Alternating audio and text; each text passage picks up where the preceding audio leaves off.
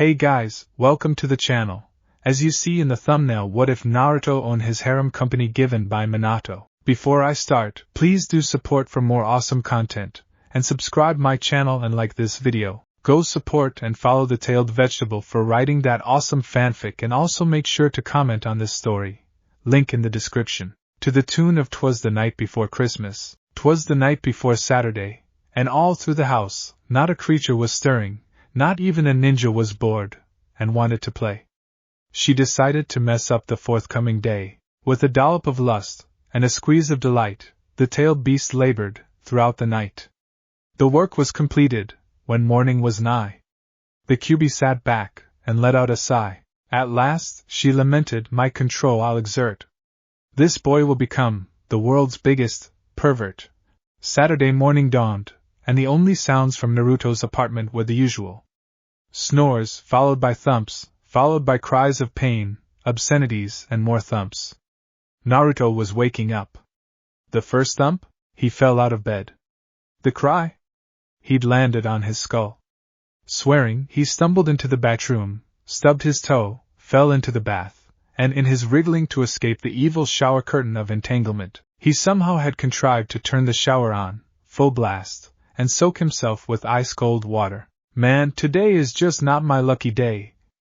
Naruto sighed.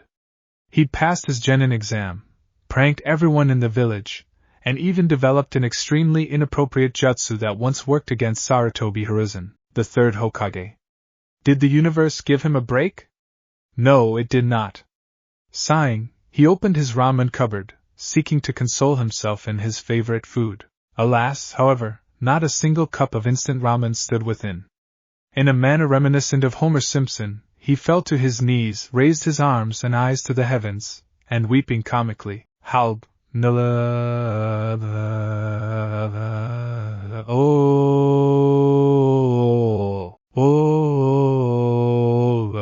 As the echoing shout resounded throughout the village, Naruto was already out of his door, speeding to the one place he could guarantee he'd taste his beloved noodle-based meal, Ichiraku ramen. As he hove into sight, the Ichiraku stand's shutter slammed up, and the smell that assailed Naruto's nostrils was miso ramen, I.M. style. An extra burst of speed, and the blonde was perched on his usual stool, where a bowl the size of a bird bath waited, steaming in the morning sun. Naruto thanked ing her on the cheek enthusiastically, before digging in with his customary lack of manners, too absorbed with eating his breakfast to notice the faint blush that warmed IM's cheeks, and finished in record time.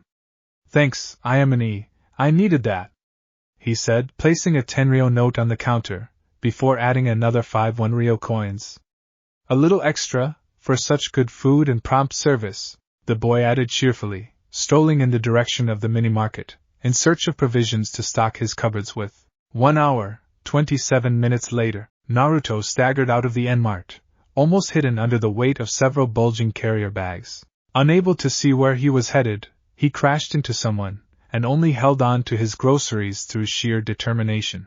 Placing the bags down, he turned to see who he'd collided with, and smiled happily at the sight of Hinata Hyuga, and bowed to her, greeting her as politely as he could. Konnichiwa, Hinata-san, he whooped. Great day, isn't it? Hinata smiled timidly back, and replied in the affirmative. As the pair chatted for a while, a strange feeling washed over Hinata, but she was too focused on not fainting, while still making coherent responses to her crush's comments, that she missed it completely. After 15 minutes had passed, Naruto looked at his battered wristwatch. Ah, crud! Look at the time, I gotta go, Hinata-san. I got a lot of things to do today, but I'll maybe see you later, K? Again, the strange power filled Hinata from top to toe, and she answered, in a manner that she would never have normally had the courage to, Naruto-kun? Would you mind, if I spent the day with you? Naruto blinked as he tried to decipher the last part of Hinata's question. Sure, I think I'd like that a lot. He grinned. The two genin walked together, Naruto leading the way, Hinata following, as she tried to work out what had come over her, before dismissing it. She had an entire day in the company of the blonde Jinchuriki, and she wasn't going to waste a second. As Naruto put the last of the shopping on the table, he felt the urge to pee. Hey, Hinata-san? He called. Hinata appeared in the doorway, and he asked, I gotta go to the bathroom. Would you mind putting these away in the cupboards? Hinata nodded, and watched as Naruto disappeared through a door on the far side of the room. At once, she fell to her knees, clutching her head as a voice she didn't recognize echoed through her. Obey, obey, obey. As the voice faded, Hinata rose. She knew what she had to do. She had to serve Naruto-sama, forever. She darted into life, seizing things from the bags and neatly stacking them in the correct cupboards. In mere moments, the cupboards were full and the bags were empty. But it wasn't enough for her master. Grabbing a brush from a corner, she swept the room, opened the windows, dusted the skirting, and was in the middle of washing up the dishes, when Naruto walked in, and stopped. Hinata, he began, making her jump. She spun on her heel, dropped into the Seiza position, placed her hands on her knees, and bowed her head. Yais, Naruto-sama? Naruto was taken aback. Not only was a cute girl in his apartment, she was cleaning it. And, as if that wasn't enough, she was calling him Sama? Naruto stared at the sight before him.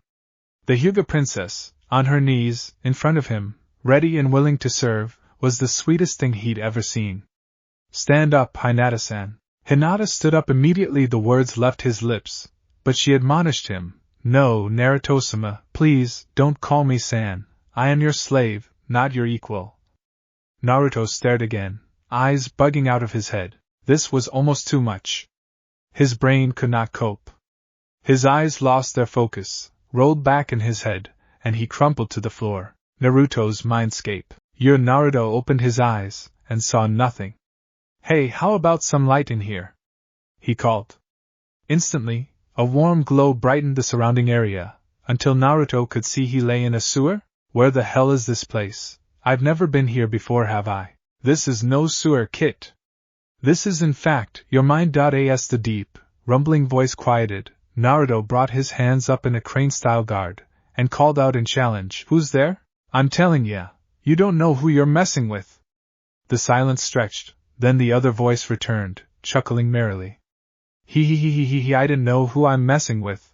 My dear Kit, I know exactly whose body I'm trapped in. Thank you very much. Naruto's eyes widened as he took in the sight before him. 2 pointed ears, red fur, 2 glowing red eyes, 1 mouth filled with sharp teeth, 2 forepaws, 2 hind paws, and 1, 2, 3 9 waving tails. Oh, my Kami! Naruto breathed. The eyes blinked slowly at him, showing mild interest. You're the Kyuubi no Kitsune, the 9-tailed fox. Naruto yelled. Yes, Kit, I am, but listen. I don't mean anyone any harm. If anything, I surrender myself to you. I am trapped in your mind, and you could quite easily defeat me. It's a lot harder for me to even communicate with my host, shall we say. Oh, let me slip into something a little more fitting. As the Kyuubi finished speaking, a haze of light surrounded it. When the light faded, an elderly woman was standing before a bewildered Naruto. Whoops, quavered the old lady. Again the light. Now a 6. The Kyuubi tilted her head on one side, closing her eyes, and smiled, giggling a little. Like what you see, any American? She said softly, but still loud enough for him to hear. Naruto staggered upright, and started to shake. What's wrong with me? He wailed. The Kyuubi dashed over to him, and fell to her knees in front of him, her palms flat on the dank floor. Narukin, what is it? Did I do something wrong? She whimpered, her bottom lip quivering. Staring down at the penitent girl, Naruto started in fear. You demon child, me pain you fox, he muttered over and over. Kyuubi's heart filled with sadness, and she threw her arms around the shocked teen, and burst into floods of tears. I'm sorry, Narukuin. She blubbered into his shoulder. It's all my fault.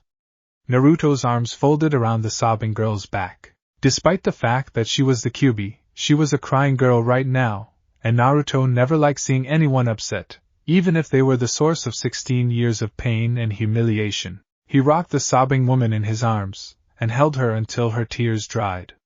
She pulled away, and wiped her eyes, sniffing as she did.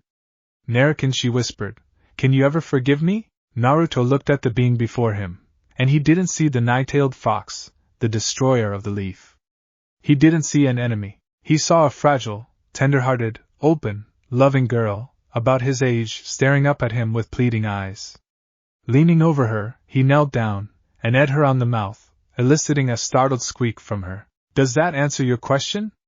he said softly, and then yelled as the girl launched herself into his arms, repeating, "Thank you, thank you, thank you," knocking him off his feet, and onto his back. Perched on his chest, the girl's legs were slightly parted, giving a stunned Naruto a clear shot down between her thighs.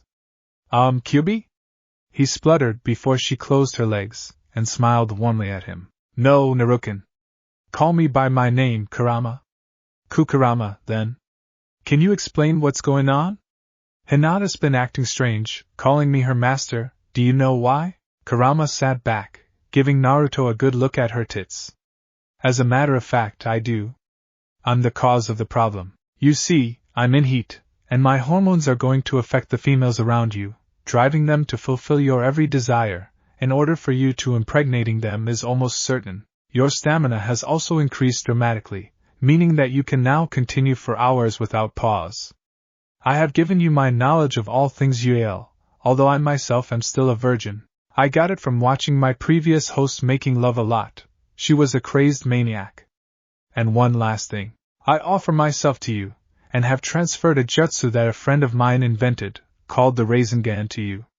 It's easy, once you get the hang of it. Now, I will see you later, I'm sure." Him again, Kurama smiled sadly. "Now, it's time for you to wake up, Naruto. Naruto, wake up! Naruto!" As Naruto opened his eyes, the first thing he saw was right in his face. Hinata was kneeling over him, her chest almost slapping him as she tried to shake him into wakefulness. "Ugh! Nada wa?" As Naruto opened his eyes and spoke, Hinata's face broke into a huge smile, and she grabbed his head and hugged him, nearly smothering her unfortunate love in her bountiful assets. As she stroked the back of his head, he stopped wriggling, and she let go enough for him to pull his face out of the marshmallow death pillows and catch his breath. Looking up at the pale eyes of the Hyuga heir, he asked, "Hinata? What do you think of me?" Hinata's eyes blazed with devotion as she blurted out, "Oh, Naruto-sama, I am your willing slave. Anything you desire will be yours if it within my power to give. You need only hint at something, and will do it, no matter what it is."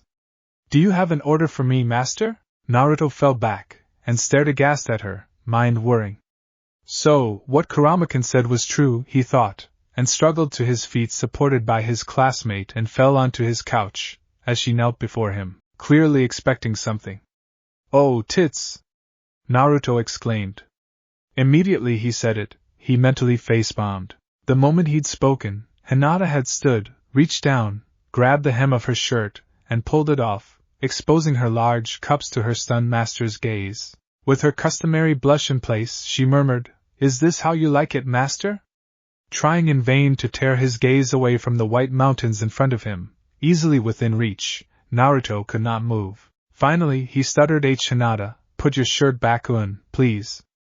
Almost before he finished, the shirt was on, hiding those magnificent S from sight once more. Hinata knelt again, bowing her head as she murmured, "As you wish, master."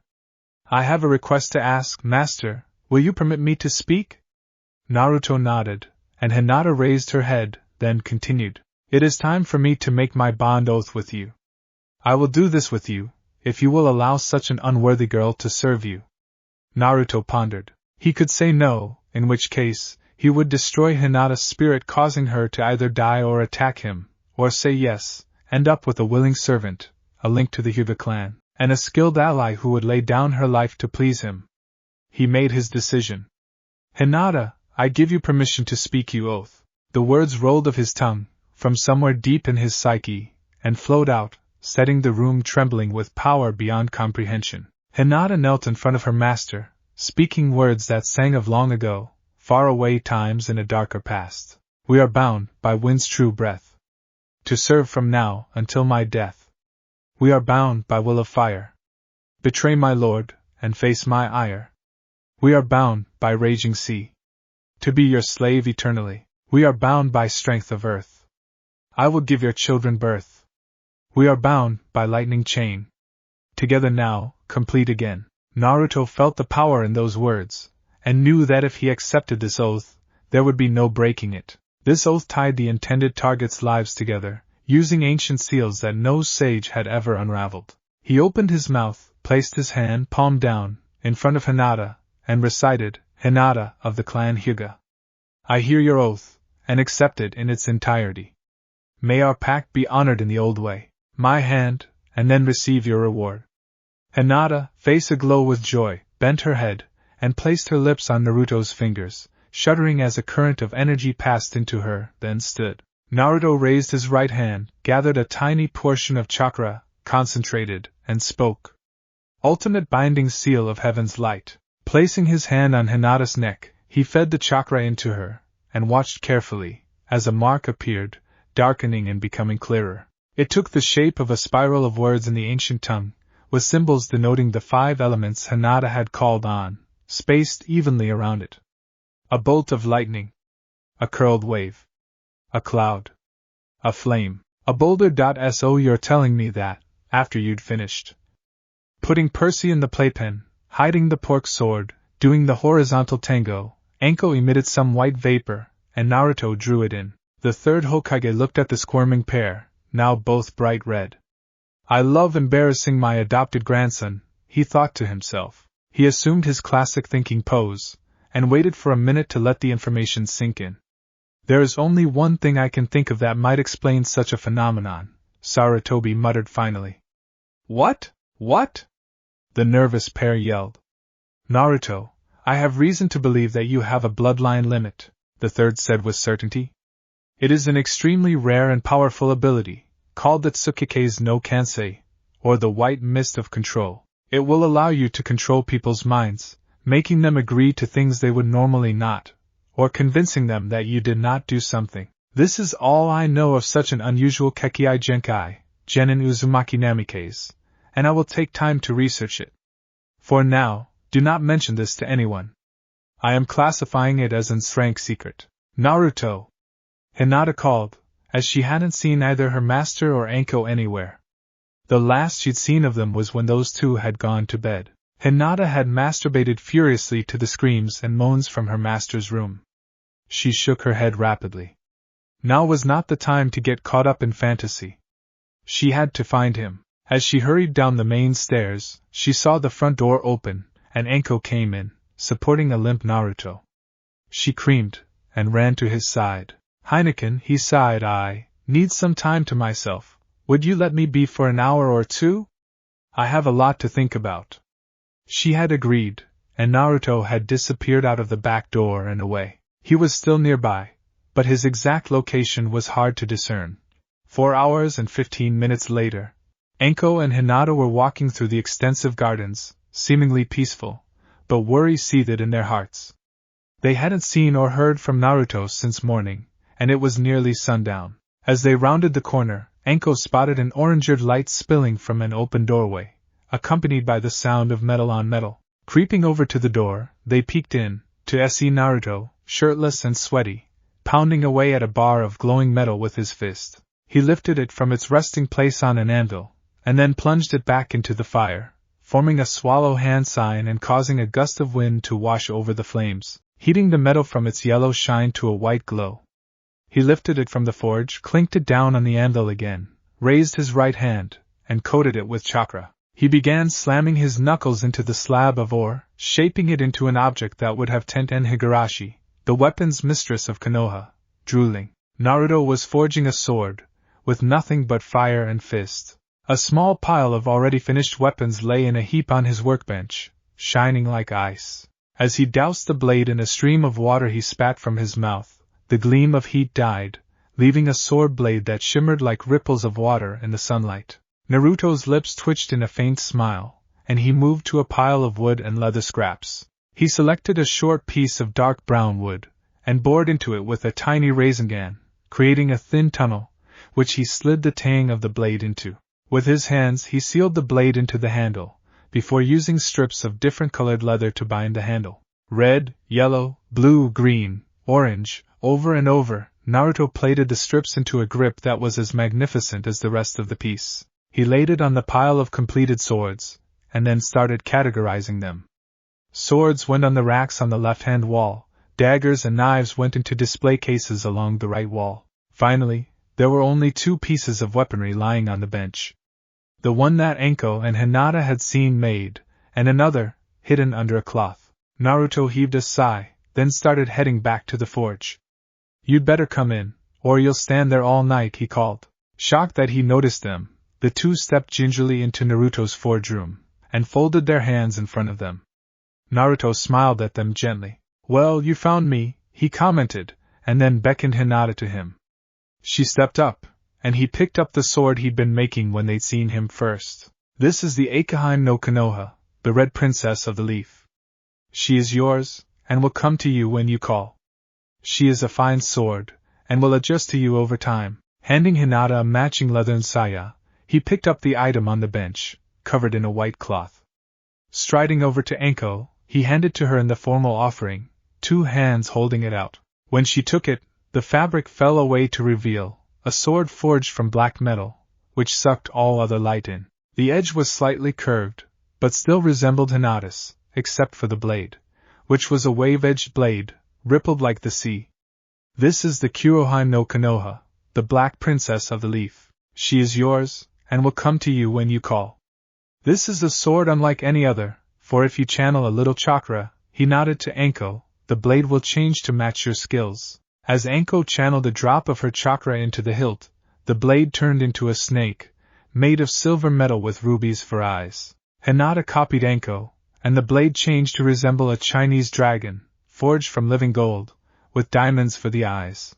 As the pair gasped with shock and delight at their gifts, Naruto hugged them both and whispered, "These swords are unique, and cannot be replicated. I forged them from orichalcum, the steel of the kami, which is nigh indestructible. Watch." He picked up a poker and swung it viciously at Anko, who blocked instinctively. When they collided, the poker was cut in 2, leaving the sword unharmed, not even a scratch. Dropping the poker end, he bowed to them. "These are gifts, to thank you and honor you for your acceptance of me." The 2 girls glomped him, and he fell over, landing in a barrel of water, surfacing with his hair draped over his eyes, before bursting into peals of laughter. "Anyway, I've opened up an art contest, from now until the 28th. To enter, all you need to do is draw a picture of Naruto cuddling with any girl from his harem, and send me the link. I'll look 'em over and choose the winner. The prize is having you put in the story. Just tell me what you want to look like, what jutsus you want, in English, pleases, and which girl you want to bone. Or guy, if you're a girl who wins. Or be original, and tell me who you want to prank, and how. I'll be awaiting your entries with extreme anticipation." Gambat. The 2 girls glomped him, and he fell over, landing in a barrel of water, surfacing with his hair draped over his eyes, before bursting into peals of laughter. Naruto fished himself out of the water. "Okay, girls," he yawned, "it's been a long day, and I'm knackered. Shall we go to bed together?" Nodding, Anko and Hinata latched onto an arm each, and dragged him up to the master bedroom, before changing. Hinata was wearing a sheer nightgown of peach silk, and Anko wore nothing, as usual. Naruto's eyes widened, and he spread his arms out to either side, and the 2 women curled up beside their loving master/boyfriend. "This is just nice," Naruto mused sleepily, before his eyelids closed, and the trio drifted off, exhausted by their busy day. Yawn. Naruto woke up slowly. He wasn't really a morning person, but even he could sense something was amiss. "Mornin' Anka-kan," he mumbled. "Mornin' Nata-kan, mornin' Kurama-kan, wait, Kurama-kan?" The 3 girls shot upright as he shouted, and the 9-fox-tailed, fur-eared redhead fell off the end of the bed, squeaking in shock. "Hey, that scared me," she whined before freezing. "Arakan? Why are you in the mindscape this early?" Naruto blinked. I'm not," he said lamely. Yee. Kurama squealed, and the alarm clock shattered. "I'm out here. And you're out here. So that means you and me.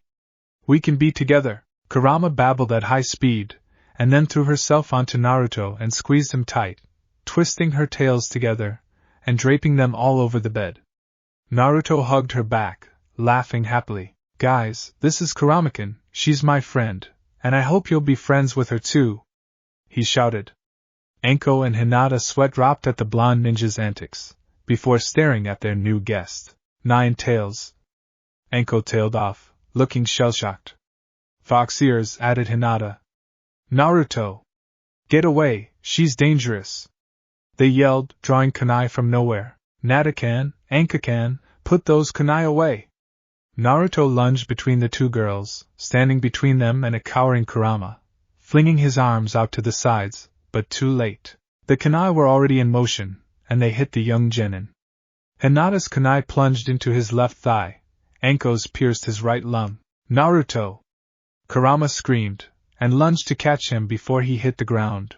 Anko and Hinata froze, staring at the damage they'd inflicted on the poor boy in front of them, now cradled in the arms of the yokai fox, who eased the knives from their wounds, laid them on the bead, then held her palms out, and poured healing chakra into the injured Naruto, sealing the wounds, fixing the torn muscle and tissue, repairing the skin, until no trace of pain was left. Naruto heaved a deep breath, and sat up, before being flattened by Kurama again. Oh, Narakan, you're all right! She sobbed, and then let go, wiping her eyes with her forearm. Naruto slid off the bed, and stepped close to Anko. Crack! He slapped her across the cheek, hard. Crack! Hinata received the same treatment, and they sat down, blinking away tears and rubbing their stinging cheeks. Aratasama? Hinata stammered, eyes glistening at Dewey. Anko just stared reproachfully at him, and his glare softened. I'm sorry, you two, but I need you to listen to me, and trust my judgment. Kurama is the nine-tailed fox, but she told me that it was Madara Uchiha who controlled her, causing the rampage through Konoha all those years ago. The fourth Hokage could not destroy her, so he sealed her inside me, and that's why I got so much flack from the villagers. Hinata started weeping in sorrow for what she'd done, and Anko bowed low. Naruto-sama, if you so wish, I shall collect my belongings and report to the Hokage to terminate our contract, the Tokubetsu Jonin started to say, before she was cut off by Naruto's lips, and he had her with passion, until she relaxed and started to return the sign of affection. Does that answer your question, Anka-kan? He grinned, then eyed Hinata so hard, the blush raging across her cheeks could melt a stone. Now, apologize to Kurama-kun, and then let's have breakfast. Naruto smiled, and stepped out to use the bathroom. Once in there, he left the door open, so he could hear what was being said in his bedroom. I'm sorry, Kurama-kun, but I was told that you were evil, so I attacked without thinking. Can you ever forgive me? Came Anko's voice, loud and clear. Of course, you were protecting Narakan, and I would do the same in your shoes. It's okay, but next time, be careful where you throw those things. That was Kurama-kun, he figured, and smiled at the thought of what the four of them could do. Oh, I'm very sorry, Kurama-san, but Naruto-kun, he was injured, and you healed him. That doesn't seem like an evil demon thing to do, Hinata tentatively inquired. Please, Hinata-kun, call me Kurama-kun, I'm one of Naruto's girls too, you know, so we should try to get on well, for his sake, K? Anko and Hinata's voices chorused, okay, and Naruto stepped out, a towel wrapped around his waist. He had all three girls, and they quickly dressed. Hinata was wearing her usual, as was Anko. Kurama borrowed a short lilac sundress from the wardrobe. It had belonged to Kushina, but Naruto had given the girls free rein to choose clothes from there, as long as they took good care with them. Time skip, 3 hours. Naruto was strolling through the main street, smiling to himself. He'd taken the chance to go for a walk, and promised to be back for lunch. After grabbing Gamakan, his wallet, he'd stepped out to do a little shopping. He'd been forging a lot last night, so he needed to replenish his stock of ores, leather strips, and anthracite. Noticing a shop with a sword hanging above the door, he ducked through the curtains and stared in wonder at the sight of a well-maintained, spotless room filled wall-to with weapons of every imaginable kind. Swords, knives, double blades, polearms, and other things that Naruto couldn't even recognize filled racks, display cases, and shelves. Turning in a slow 360 degrees and yelled, Yarug! He'd come face-to-face with a frightening suit of samurai armor, and had jumped badly. Hearing the commotion, a young girl with brown hair, tied in 2 pandare-like buns came through a door that had escaped his notice. Hi, welcome to the Sword of Damocles, can I help you? Naruto stopped hopping about, and turned, before grinning from ear to ear. Tenten, how are ya? What are you doing here? Are you buying something too? Tenten smiled shyly. No, I own this shop. My dad bought a second property a while ago, but couldn't hire anyone to run it. I volunteered, and he gave me the store. Naruto's eyes bugged out of his skull, and he yelled, That is so awesome! Oh yeah? I could use your help, Higurashi-san. Tenten laughed. Oh please! I haven't been called by my surname in forever, just Tenten, thanks. Now what do you need? Naruto pulled a list out of his pocket, and consulted it briefly. Year. I need leather strips, in various colors 8 kilos. Mahogany or other similar hardwood, 4 kilos, shaped like a cylinder, cut into 10-inch pieces. Anthracite, fine grade, half a ton, and as much orichalcum as you've got, please. Tenten's jaw dropped. Was she hearing what she thought she was hearing? All that? What are you doing with all of that? Forging weapons, Naruto replied casually. I moved into my own estate the other day, and I found a fully equipped forge, and discovered a talent for the art of metalwork. He reached into a pocket. Oh, while I'm here, would you mind appraising one of my pieces? I made this yesterday, and I wondered what you think. After all, you are Konoha's mistress of all things sharp and pointy. Tenten agreed, and Naruto pulled out a storage scroll. He opened it, and retrieved a cloth-wrapped bundle, which he handed to her. When she unwrapped it, Tenten had something similar to both a heart attack and in her hands was the most beautiful sword she'd ever seen. It was a broadsword, with a perfectly straight blade, forged from orichalcum, with a handle of teak and rosewood. The grip was carefully wrought from a single piece of electrum, and gems were inlaid in the hilt and sheath. The pommel stone was a single black stone, cut into an oval. A black diamond. Tenten's mind went blank. She had made a bet with her father. If she met someone who was better at forging than she was, she would date him. In a shaking voice, Tenten asked, How long did it take to make this? Naruto, though briefly, then answered, Oh, about an hour. Say, want to keep it? It's your if you do. Tenten almost fainted. A sword like this was worth well over 200 million ryo, and he was offering it to her as if it was a slice of cake. She laid it down on the counter, and drew a shaking breath. Aritosan, she asked tentatively. Hi, Tenten-chan? The blonde replied, ing his head on one side. Will you go out with me? I promise I'll be a good girlfriend, and now I know how skilled you are of forging, there's no other man I want in my life. Please say you'll be my boyfriend? Tenten knelt in front of the blonde, and clasped her hands, as if in supplication. Tears of hope and fear of rejection shone in her hazel eyes, and she shook with nerves as she waited for his answer. Naruto pursed his lips and folded his arms. I have one question for you, he said. Tenten looked at him, and nodded. Do you have any problems in sharing me? I already have 3 girlfriends, you see, and I want more. Are you willing to be one of my girls, Tenten-chan? Tenten stood, and launched herself at the young man before her, ing him over and over again. Oh, thank you.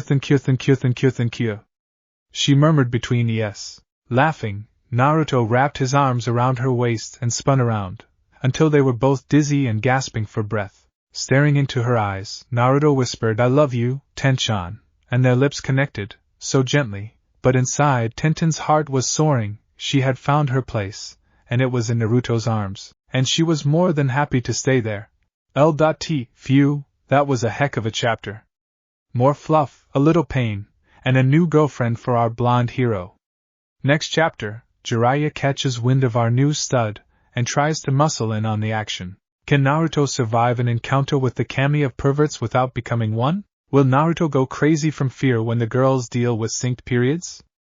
Will I ever find my missing left sock?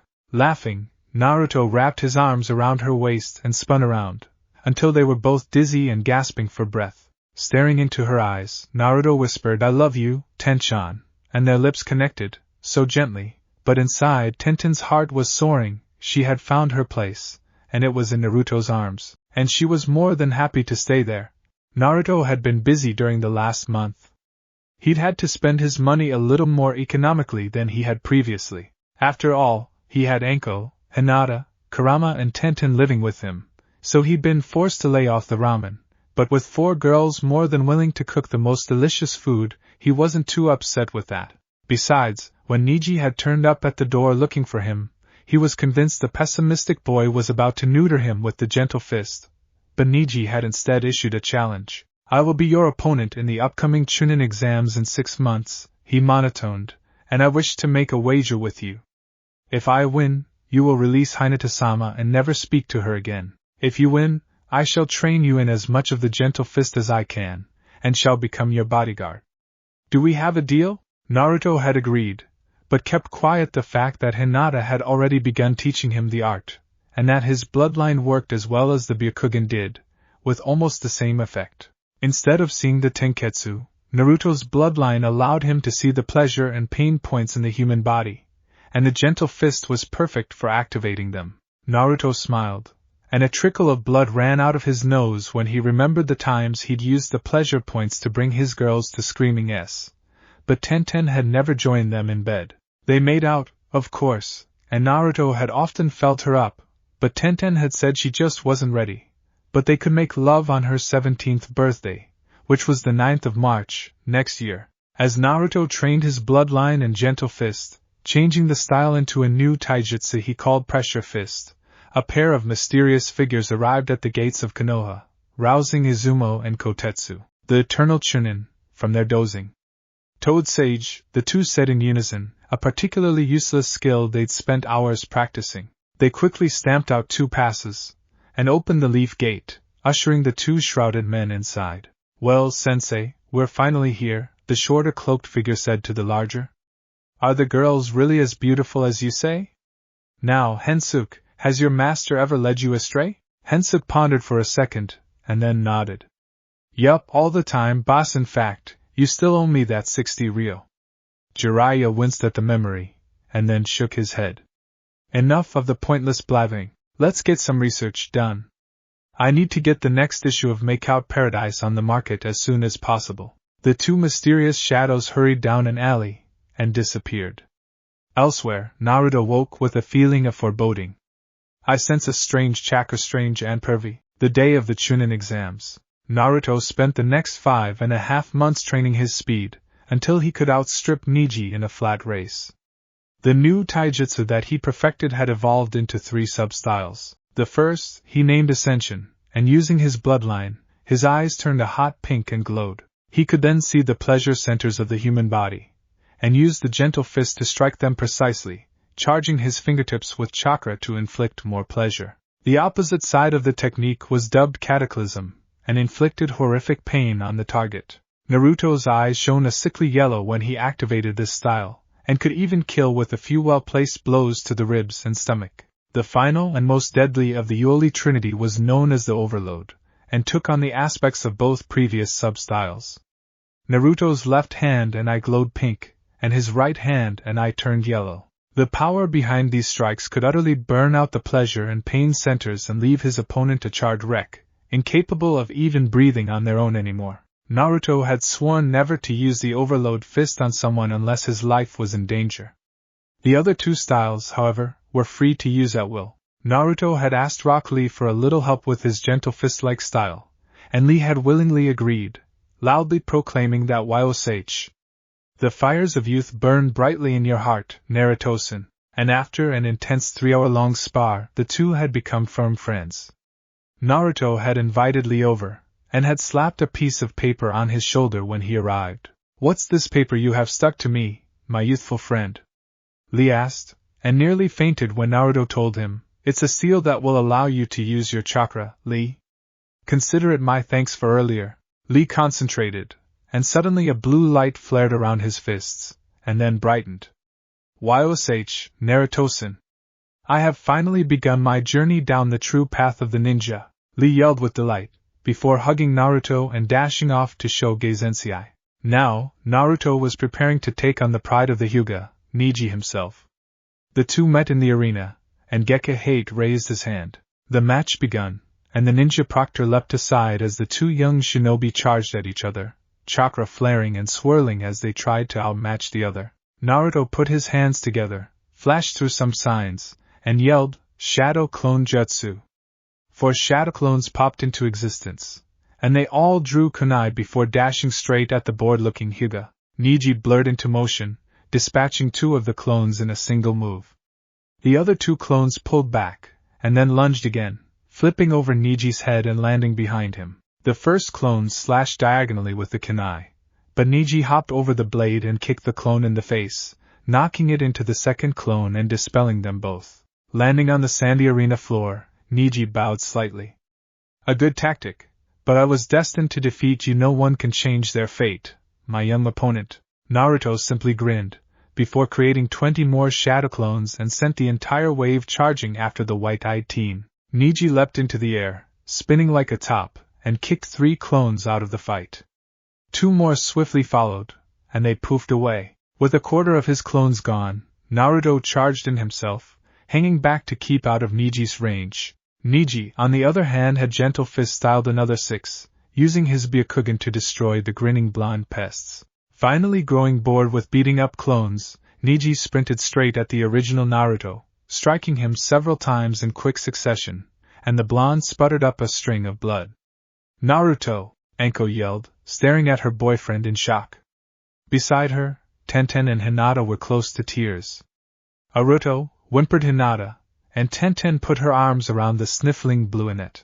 As they watched, Naruto fell to his knees, and popped like a smoke bomb. Neji started, blinking in surprise. "What?" A kunai whistled towards his head and he ducked. "How did you do that?" Naruto poked his tongue out. "Durable Shadow Clone Jutsu. It reinforces them with a solid layer of chakra, dumbass." The infuriated Hyuga lunged at his tormentor, who dodged the first strike, flipped over the low kick, twisted out of the path of the third, and slammed both palms into Neji's gut, launching him a few feet. Twin palm heel strike, Uzumaki pressure fist style. Neji spat, and wiped his mouth with the back of his hand. Byakugan, and the veins around his eyes swelled, activating his Kekkai Genkai. Naruto placed his hands, palms together, formed a hand sign that looked like his right index finger through a ring made of his left hand's thumb and forefinger, and shouted Yoritamigan. His eyes lit up hot pink, and his fingertips pulsed a pink chakra that confused Neji's eyes for a moment. Only a moment, but that was enough. Naruto shot forwards, striking pressure points on Neji's arms and shoulders with a style which, though different, was still distinctly a gentle fist-style taijutsu. With every blow that hit, Neji felt overwhelming euphoria. "Tears shouldn't feel good, but I can focus." "Naruto! What is this?"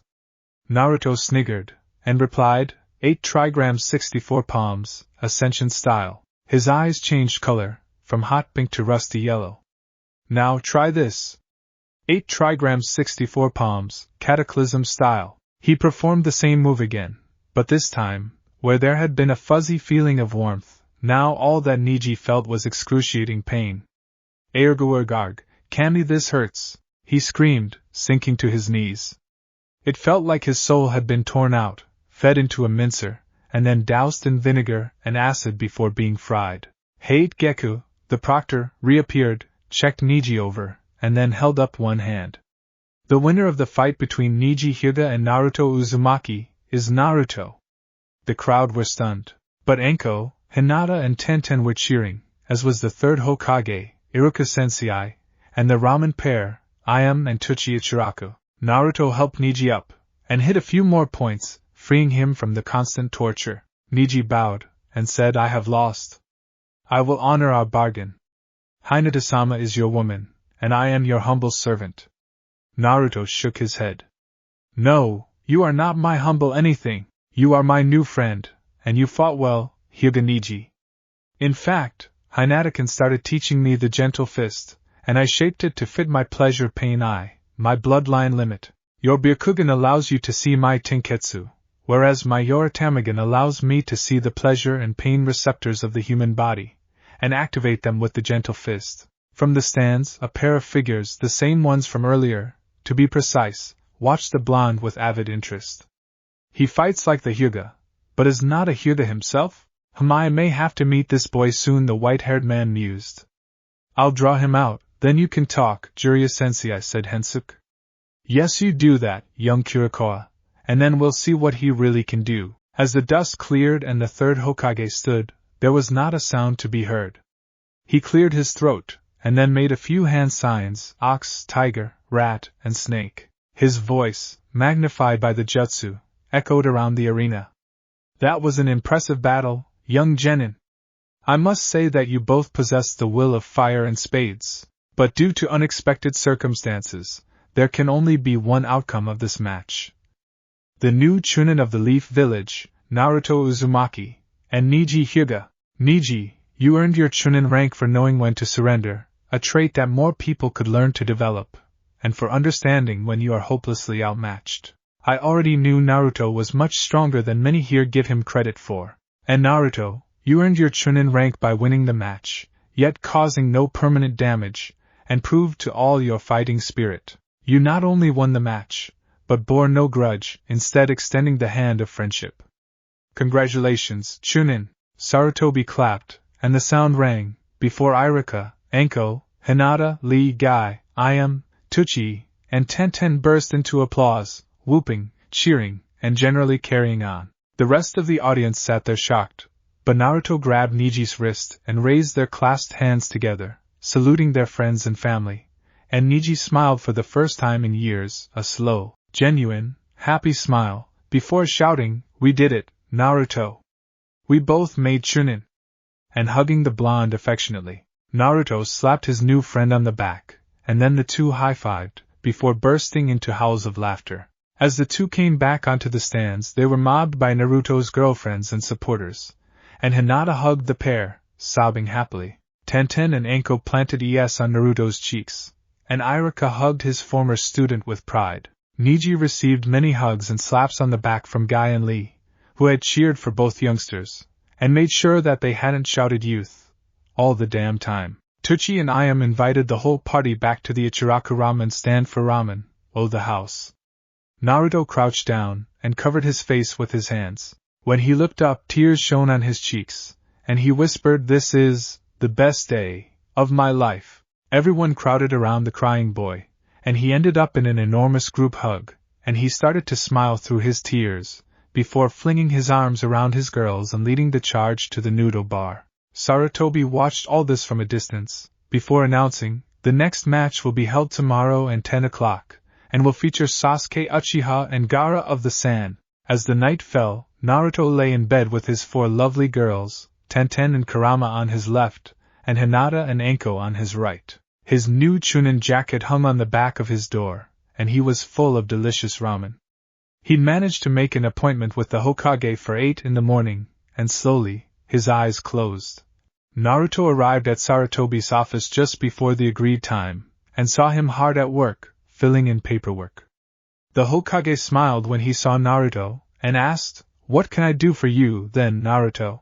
Naruto said, "I will tell you how to vanquish your nemesis, and in exchange, I want you to give me some extra Ryo once a month. I need 1,000 Ryo each for every one of my girls, adding 1,000 Ryo for each girl I add to my harem. In return, you will finally defeat your worst nightmare." The third gulped, and in a trembling voice, whispered, "You mean?" "Yes. I will tell you how to beat the stacks of paperwork you have to do," Naruto confirmed. In second, the third had filled in a form for a standing order, to pay the bearer of this card the agreed sum of 5,000 Ryo a month, increasing by 1 with every new girl. Naruto smiled, and said 2 words. "Shadow clones," before jumping out of the window. Sarutobi blinked, and then slammed his palm into his forehead, cursing himself for not thinking of that sooner. The Chunin Arena. Sasuke's match against Gaara. Naruto and the girls sat at the edge of the stands, looking right into the arena. This time, Kurama came with them, under a henge so her ears and tails wouldn't cause a ruckus, and Naruto shuddered, remembering what had happened to Lee in his trial fight against the formidable sand demon ninja, Gaara. Gaara stood calmly in the center of the arena, his sand-filled gourd on his skinny back. As time wore on, the onlookers began to shift restlessly, waiting for something to happen.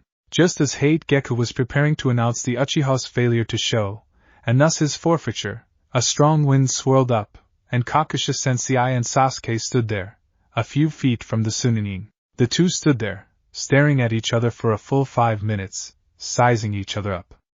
Gekka looked to the VIP stands, where the Kazekage and Hokage sat watching. He brought his hand down in a chopping motion, yelled "Begin!" and leapt backwards to safety. The two stayed perfectly still, until sand vomited from Gaara's gourd. /n hee Gaara's gourd, hee. Sasuke jumped away from the psychotic raccoony ninja, who groaned and clamped a hand to his head, moaning, "Yeah. Please didn't get so mad at me, mother, I am sorry. Earlier I know, I made you taste such awful blood, but this time, I'm sure it'll taste so very good." The sand floating in the air over the crazed redhead suddenly dropped to the ground, and Gaara raised his face to stare at Sasuke, and his eyes were terrible to look upon. "Come on," he growled, and Sasuke watched as the fallen sand gathered itself in a loose pile a foot or two in front of the man he was fighting. Sasuke muttered, "Here goes," and flipped up his shuriken holster, drawing and hurling two in a single fluid move. Gaara didn't even twitch. Instead, the sand fountained upwards and became a sand clone who caught the shuriken, then sprayed a wave of sand at the onrushing Sasuke, who leapt upwards to dodge it. The sand clone hurled the shuriken at Sasuke, who threw two more, deflecting them in midair. Sasuke flipped over and kicked the clone's arms off, but the clone maintained its shape. He then backfisted it in the throat. The sand clone's eyes widened, and the sand that made up its entire form slithered around Sasuke's forearm, and the clone grinned maniacally. Sasuke tugged, but couldn't break free, so he slammed a palm heel strike into its head, shattering the clone back into sand. As he charged at Gaara, the sand piled into a wall, but Sasuke grinned, and the body flickered behind Gaara, catching him off guard with a fist to the cheek, sending the crimson sand spiraling into a heap on the floor, several meters away. Gaara sat up, a crack in his cheek skin, but Sasuke knew that it was "So that's your sand armor, huh?" In a manner reminiscent of Gaara, he flipped his fingers, beckoning, and taunted, "Come on!" Gaara just sat in a pile of sand, glaring at the hated Uchiha. Sasuke shouted, "If you won't do it, then I will." He ran full tilt for Gaara, who kicked up a ramp of sand, but Sasuke flash-stepped past it. Gaara made another, but Sasuke dodged inside it, heading straight at his enemy, spin-kicking him in the gut and launching him again. "What's the matter, Gaara? Is that all you've got?" he sniped, and Gaara slowly rose. Sasuke dashed straight at Gaara as he stood, and Gaara raised a ring of sand to halt a frontal assault. Sasuke just ran in circles around the Sandman, blurring with the speed of his passage. As Gaara tried to follow him, Sasuke flipped over the sand barrier and kicked him in the side, then grabbed Gaara's gourd straps and pulled him straight into a Nito-Thestamak attack. Now, both Gaara and Sasuke were breathing heavily, Gaara, because he was the one getting battered, and Sasuke because he was behaving like an emo version of Lee. Gaara placed his hands in the horse sign, and his sand formed an orb around him, obscuring him from sight except for a small, star-like gap. Sasuke ran straight for the sand ball, and threw a punch that would have connected, but for a dozen spears of sand that thrust from the ball, nearly skewering him like a duck kebab. A trickle of blood ran from Sasuke's knuckles as the sharp sand cut at him, and he vaulted backwards and the spears retracted.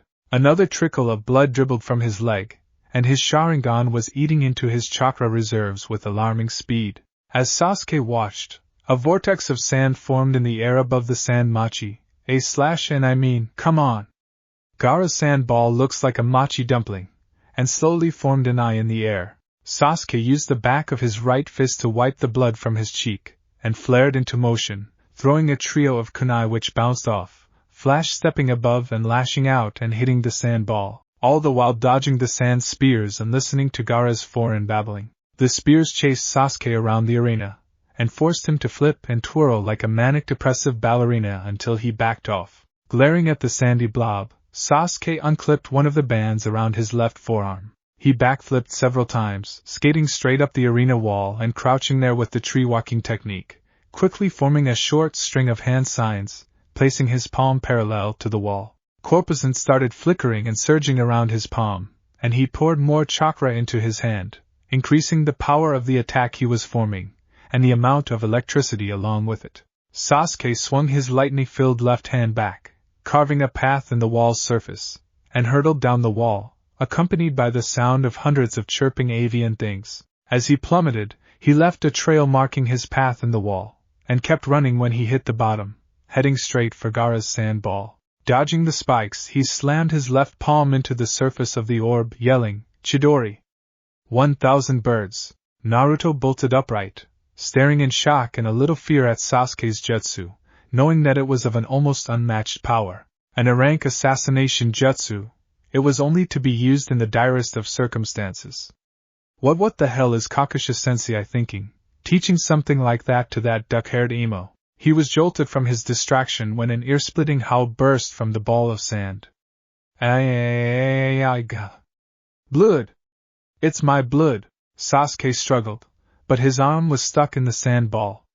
He ramped up the jutsu again, and the unearthly howl boomed forth again, if possible, louder than before. He wrenched himself free, followed by an arm of sand, limned with blue veins.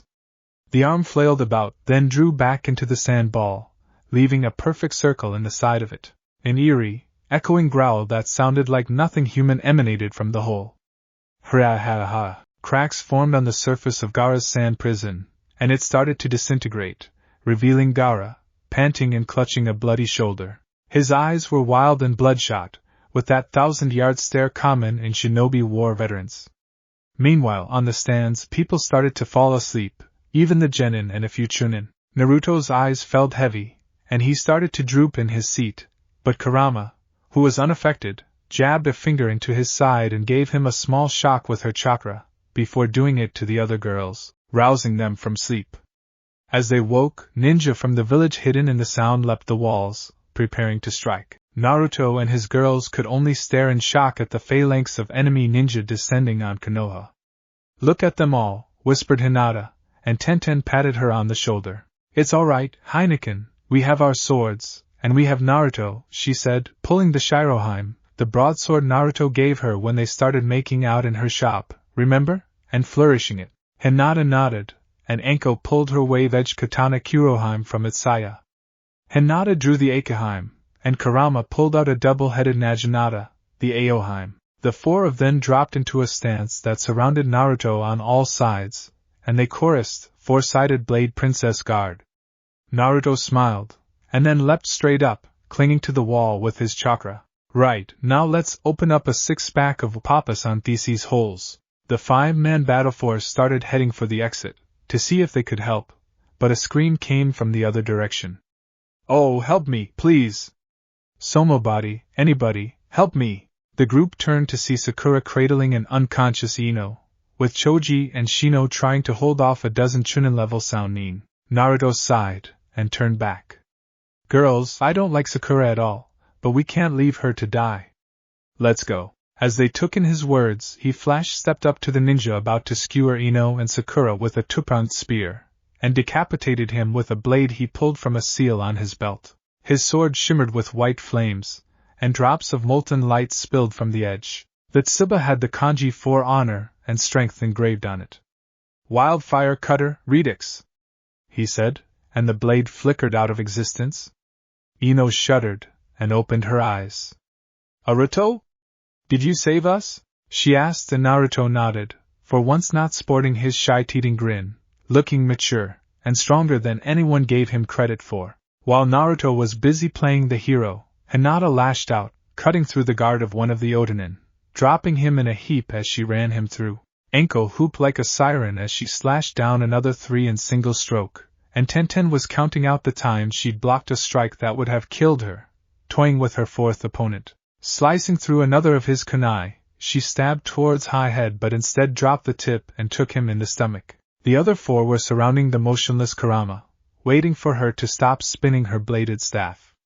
They were unpleasantly surprised when their heads fell off. Kurama stopped whirling her Naginata around, and poofed out of sight. "Shadow clones rule," the real Kurama said, giggling as she wiped the edge of her blades clean of blood. The girls surrounded Hinata as she shook, unable to believe she'd taken someone's life, even the life of someone trying to hurt her. After a few minutes of murmuring soft words, Shino stepped forward. "My thanks, Naruto," he buzzed. "We were at our limits. Another minute or two, and we would have been slain, and the girl either raped, or tortured. Naruto smiled briefly, then reactivated his sword, and spun, cutting another ninja in half. The unlucky Sound Ninja had been trying to sneak up on Naruto to assassinate him, but had kicked a stone and revealed himself.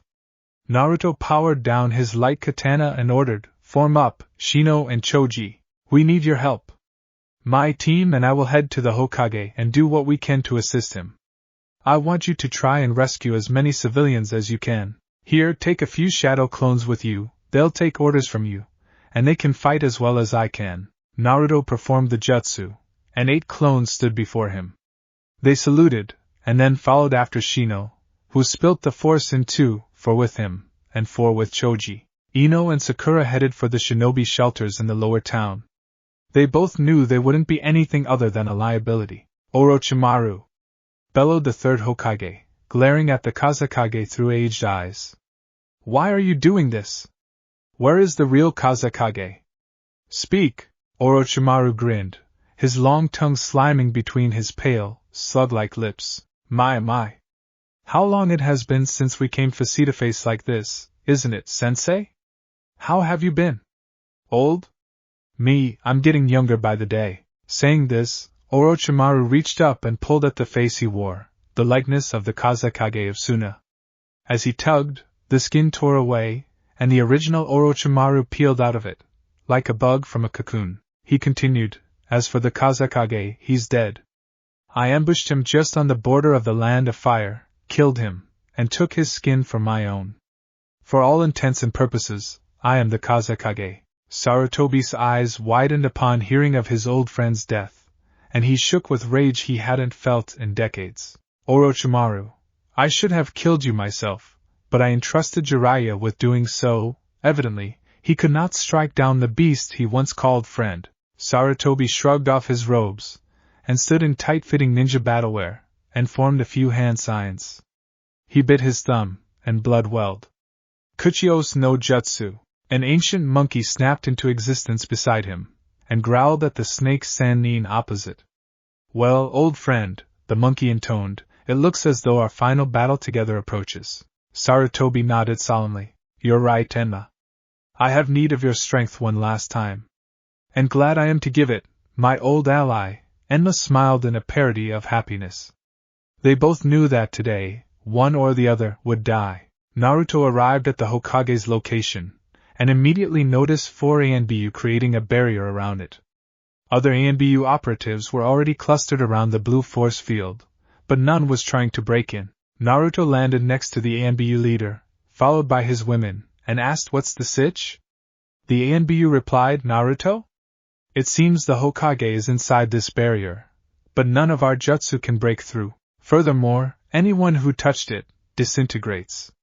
Naruto reached out with the handle of his sword, and activated it. The blade slid into being, but when it came into contact with the shield, a horrible screeching sound, like fingernails down a giant's chalkboard, ripped through the air. Naruto shrugged, and dispelled the blade. "Of course, that would be too easy," he muttered. "Right, let's try something a little more extreme." He turned to Anko, Kurama, Hinata and Tenten. "Right, girls, I need your help with this. I'm going to make a Rasengan, and I need you to place as much chakra as you can spare into it. Please?" The quartet nodded instantly, and placed their hands on Naruto's shoulders and hips. Naruto started pouring all the chakra he had into the construction of a Rasengan, and soon the familiar orb grew from nothing. This time, it wasn't blue, but it swirled with yellow, pink, red and green. He started pulling the Rasengan into a spike, and then it started spinning like a giant drill bit. Naruto slammed the point of his new Rasengan against the barrier, shouting, "Giant Rasengan, heaven-piecing drill!" And unbelievably, the Raisin drill began boring a hole in the side of the blue cube. Inside the barrier, Sarutobi was being hard-pressed to stay alive. Enma had engaged the first Hokage's reincarnated body, while Sarutobi had combated the second's. Orochimaru had used the summoning, impure world reincarnation to bring back both the first and second Hokages and sent them into battle in his stead. Enma was evenly matched, but Sarutobi was having a little trouble. He'd managed to tear off the second's arm, but it had just reformed. Just as he was about to try again, Sarutobi was distracted by a glowing drill-like point slicing through the wall and into the skull of the first Hokage's body. The first muttered "thank you," as he was permanently destroyed, but Enma was already on the move. Orochimaru had taken advantage of Sarutobi's distraction and had unsheathed the Kusanagi sword, ramming it into Sarutobi's back. Enma grabbed its hilt and dug his heels in, preventing the moving sword from cutting any deeper. Sarutobi grabbed Orochimaru's shoulders and began babbling out a jutsu at high speed. Snake borum rabbit de gratbird horse as snake. And then he clapped his hands, before placing them back on Orochimaru's shoulders. Orochimaru struggled. "No! Not the dead demon-consuming seal!" he wailed. "Yes, Orochimaru," the third Hokage of Konohagakure intoned like a death knell. "This seal will put an end to your schemes, once and for all." As Orochimaru's arms began to smoke and bleed, Sarutobi Hiruzen collapsed, his souls taken as payment by the seal. Naruto burst through the last layer of the barrier, and saw the third falling. "Oh, Kami, no. He threw himself forwards and caught the old man just before he hit the ground. "Now Naruto," the third whispered, spitting drops of blood, "you must run to my tower, cough, and spill a drop of your blood splutter on my desk. It will show you what to do." The third's head lolled limply to the side, and Enma bowed in sorrow, muttering, "Though we did not always agree, he was the first summoner to wield me, not use me. The world will be all the poorer for his death." The old Monkey King vanished, and Orochimaru tried to raise his mutilated arms. He couldn't, and in his rage and pain spat, "Damn that old fool! Once I regain the use of my arms, I'm going to find his soul, and feed it to a snake." Naruto gently laid Sarutobi's head down, and stood, his eyes glowing. Instead of the 8 trigrams 64 palms, Ascension or 8 trigrams 64 palms, Cataclysm styles, his left eye and hand glowed hot pink, and his right a rusty yellow. "How dare you! You dare disrespect the greatest man in the world? You will pay for your insolence!" Naruto bellowed in a thunderous voice that shook the roof. As his girlfriends poked their heads around the hole in the barrier, they gasped in shock at what Naruto had become. EIGHT trigrams 64 palms Ultimate Shinobi Style, Overload. Naruto blazed into action, striking faster than even Hinata's Byakugan could follow. Orochimaru was struck thousands of times in the space of a few seconds, and he screamed like a wounded beast. Naruto skidded to a halt, and then started forming another Rasengan. This one glowed in yellow, and looked solid. When he'd finished, it resembled a demon wind shuriken, but glowing. "Pain release, Raisen Shuriken," he roared, and flung it at the dismayed Snake Sannin, and Anko cheered as her former teacher was skyrocketed away. Think of Team Rocket's blasting off again. As the snaky bastard screams faded, and the remaining Sannin were cut down, Naruto's eyes turned cornflower blue again. His hands stopped glowing, and he sank to his knees next to the body of his mentor and friend, and sobbed brokenly. Anko, Hinata, Tenten, and Kurama crept up to him, and gently rubbed his arms and back as he cried. The 4 of them were also weeping, for the loss of a great man. Naruto stayed with Sarutobi's corpse, lamenting the fact that he'd been too late to save him. 1 week after Sarutobi's death, the funeral service. It was a week after Orochimaru's failed assault on the Leaf, and the defeat of his Sound Four, who'd legged it as soon as their leader had fallen. Naruto had been all for giving chase and extracting his bloody revenge upon them, but Kakashi-sensei, in his infinite wisdom and lateness, had refused to let him go missing. Now, all the shinobi in the village hidden in the leaves were gathered atop the Hokage's office roof, to pay their respects to their fallen comrades, and honor their memories. Naruto stood with Hinata, Tenten, Anko, Kurama, Neji, and the rest of the Rookie 9, heads bowed. Kakashi stood, sighed heavily, and spoke. "We defeated our enemies today, but at a heavy price. We are now without a Hokage. But this is also a time for deep thought. We have held back the destructive plans of Orochimaru, the Snake Sannin, and wiped out most of his forces. The Hokage fought Orochimaru because he believed in us, and his belief made him strong. He believed that the whole village was part of his family, and he gave his life to protect and preserve us. We must not give in to despair, but keep striving to become better for him, and for all those who gave their lives in the battle for the leaf. This is what he would want for his precious people. The assembled ninja bowed their heads, and many were wiping away tears. Neji had removed his headband and hair cover, and was unashamedly sobbing.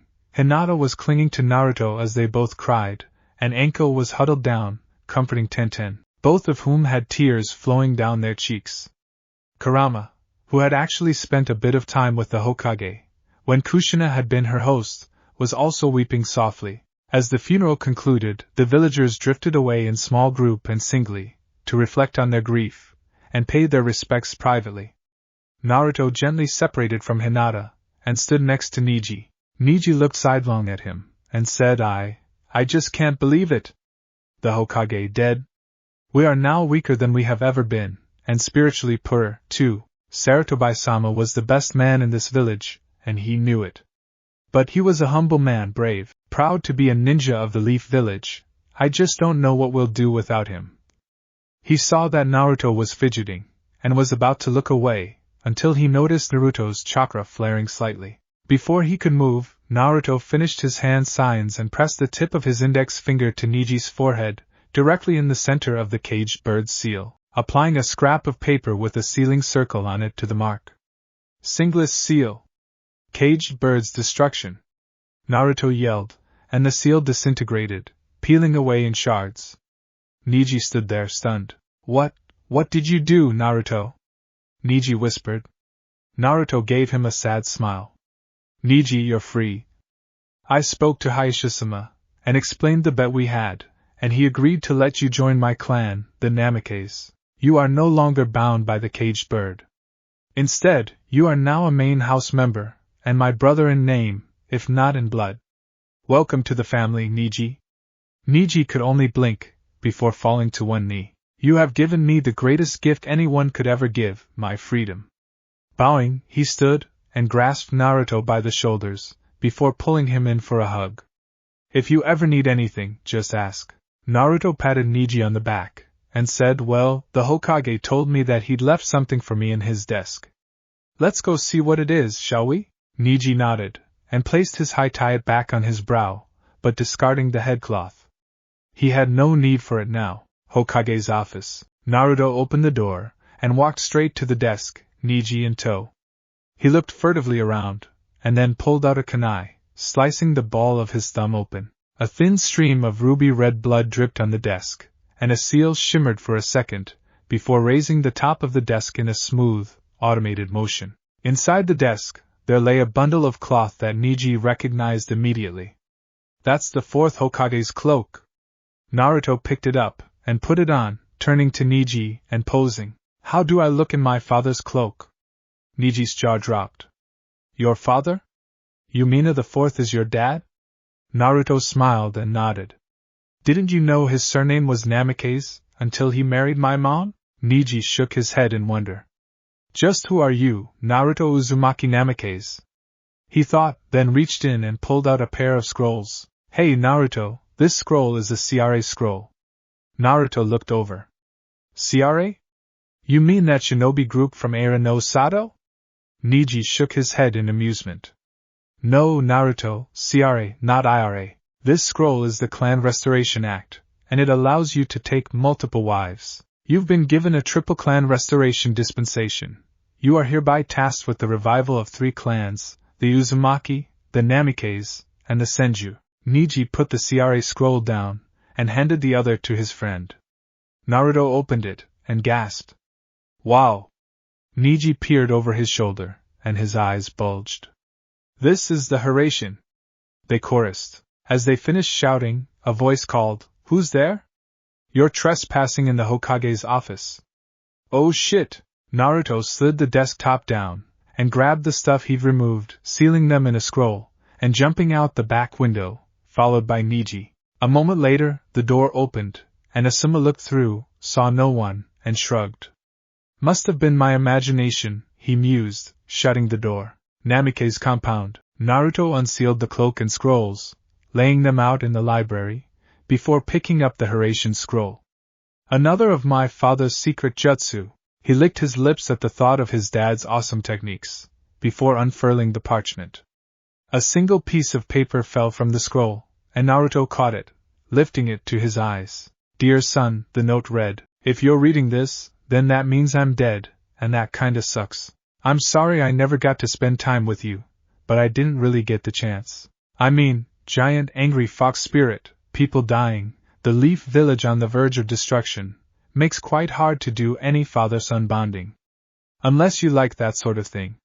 If so, cool. Anyway, this scroll contains my signature technique, the Haracian, or Flying Thunder God. It's pretty awesome. Smiley face. So, I hope you've made good, but I wouldn't be too surprised if the civilians are being a bunch of s. I mean, you do have the nine-tailed fox sealed inside you. Have you two met? She's pretty cute, huh? Of course, I already have the most beautiful wife in the world. Okay, you can put the frying pan down now, dear. Before I run out of paper, 2 things first, channel a little chakra into the scroll, and you'll get everything you need to perform the Haracian on your own, with a little practice. First time I did it, I went headfirst into a tree. The bruises didn't heal for a week. Now your mom has a few things to say, so, over to you, Kushina-chan, your loving, and totally badass father, Minato Namike's *_. On the other side of the paper, another note was written. Dear Narakan, how are you doing, sweetie? I'm your mom, Kushina Uzumaki, and you were my and Minato's first child. I was so happy to hold my little boy, even for a few moments, but this letter is the last thing I have the strength to do. I'm dictating this to Minato, so you will at least have a chance to read what I wanted to say. Have you found a girlfriend yet? If you have, I'm glad. Minato was always a girly kid, but he somehow won my heart. His dream was always to be Hokage, and it'll be yours too, if you take after him, teehee. You got my eyes and Minato's hair, so, if ever you feel lonely, think of us. We may be gone in body, but we're both a part of you. You are your own person, Narakan, and I know you'll make us both so proud. It saddens me that we'll never meet, but someday, when your life is over, though definitely not for many, many years, we'll meet in the spirit world, and you'll be even more handsome than your father. All my love, Kushina Uzumaki, of Ushiogakure Village. P.S. I wasn't born in Konoha, but in another village, in the land of waves. You'll find a map to it inside the scroll. Please go there, find the guardian stones, share A with the ones you love, and the path will open to you. Naruto started sniffing, and Neji laid a gentle hand on his friend's shoulder, standing by him in his grief, and joy in finding this priceless insight into his parents' lives. It's okay, Naruto. It's okay. Elsewhere in Konoha, and stay out. An irate woman yelled at the white-haired perv, kicking him bodily from her store. Well, that didn't go as planned, Jiraiya muttered, dusting himself off. I wonder if Hensuke's doing any better? Elsewhere again, achoo. An afro-haired boy sneezed, drawing shrieks and screams from the other side of the wooden fence he was crouching by. Pervert. Lecher. Baka hentai. Hensuke, scrambled to his feet and ran for his life, making the sign of the hair, thumb and 4 fingertips touching, little finger folded down. Looks kind like a rabbit, shouted, run like a bitch and no jutsu. And haired off down the street, heading for the main plaza, pursued by a bunch of angry, towel-wearing women brandishing kunai and threatening to castrate him. As Hensuke rounded the corner, he crashed into a blonde teen coming the other way, knocking him flat and tripping over the blonde's friend, a white-eyed kid with long brown hair. Oh, what was that for? Naruto grumbled, and the Afro ninja who'd careened into him said, Look, I'd love to talk, but I'm a little preoccupied with running for my life right now. Can it wait? Naruto helped him up, shoved him into a barrel in the corner of the street, and created a single shadow clone. The clone hinged into the kid, and took off at a flat sprint, followed by a crowd of at least 30 extremely pissed-off women of various ages, in various states of undress. As the army of females receded into the distance, Neji and Naruto helped the kid out of the barrel, and he bowed. My thanks. Turning away for a second, he proclaimed, It was so totally worth it, Master Jiraiya. Turning back, he introduced himself, and received the names of Naruto and Neji in return. Now, where have I heard that name before? Hensuke mused, tapping his bottom lip with his pointer finger. Master Jiraiya asked me to find you. Come quickly! Hensuke began tugging Naruto along by the elbow, and Neji hot-footed it after them. Is your master as big a pervert as you? Naruto yelled at his black-afroed companion. No! He's a bigger pervert than me, but I'm still in training. Hensuke replied. He calls himself the god of perverts. Naruto grinned. I'm gonna call him Erosenin. Neji face-bombed. Thais was not going to end well. He just knew it. Is your master as big a pervert as you? Naruto yelled at his black-afroed companion. No, he's a bigger pervert than me, but I'm still in training. Hensuke replied. He calls himself the god of perverts. Naruto grinned. I'm gonna call him Erosenin. Neji face-bombed. This was not going to end well. He just knew it. Master Jiraiya, we're here. Hensuke sang, skidding to a stop outside a hotel. A cranky-looking old man stuck his head out of a window on the first floor and hissed, Quiet, you baka. And bring him up here. Okay, master. Hensuke quipped, and began walking up the wall, lugging the protesting Naruto with him. As they climbed through the window, the mob of angry women from earlier came running past, still chasing the clone. The clone looked absolutely traumatized, and kept sprinting, screaming, Help me! Until it was out of sight. Naruto just shrugged, and then tripped over Hensuke, who was bowing to his master, and then Neji vaulted in and hit Jiraiya straight in the balls with an 8 trigrams palm heel strike, doubling the poor sod over and leaving him rolling on the floor, whimpering in a voice as high-pitched as Akamaru's. What did you do that? He whined, and Neji just glared at him, Byakugan blazing. You kidnapped Naruto, without realizing he had a Hyuga with him. I am Neji, of the Hyuga main house, and I am sworn to protect Naruto and his girlfriends with my life. Neji mentally slapped himself. Why? Why did I tell this perv that Naruto had multiple girlfriends? He berated his own clumsiness. The second girls were mentioned. Jiraiya sprang up and began pumping Naruto for information. How many girls do you have? Where do you live? Are any of them younger than you? Do you have with them? How well can they hold their liquor? Do any of them have big S? When do you leave them unattended? How many times have you had with them? What size are their S? Do you like S? Whose S are the best? Do you make them call you master? How about you send me one of them for my research? Jiraiya would have continued probing into Naruto's private life, but the blonde formed a Rasengan in his hand and balanced it on the tip of his index finger, spinning it like a basketball. Naruto formed a Rasengan in his palm and hefted it. How about you quit pestering me about my personal life, and eat this? He roared, hurling the chakra ball at the pervy sage. Jiraiya caught it, but just as he was preparing to throw it back, it blew up in his hands and punched him out through a wall, head first. Master! Hensuke wailed, rushing to the hole and peering through. He froze, as a large dose of killing intent struck him. Shivering, he heard Neji slither up behind him and hiss, You mean, you only wanted to capture Naruto so your perverted boss could grill him about his life? One of the girls Naruto is dating happens to be my cousin, and if I find out from any of his girls that you've been bothering her, or them, what I'm going to do to you now will seem like heaven. 8 trigrams Mountain Crusher. Before Hensuke could twitch, Neji hit him hard, several times in a split second, and then slammed both palms into the small of Hensuke's back, shooting him straight through the hole Jiraiya left by, into the sky. A faint shout could be heard from the distance. Team Jiraiya's blasting off again. The Konoha Archives, Shinobi meeting. What? You can't be serious! Naruto yelled. You can't seriously want me to go looking for some legendary ninja chick with the pervy sage. Iruka breathed deeply, and then used his big head jutsu.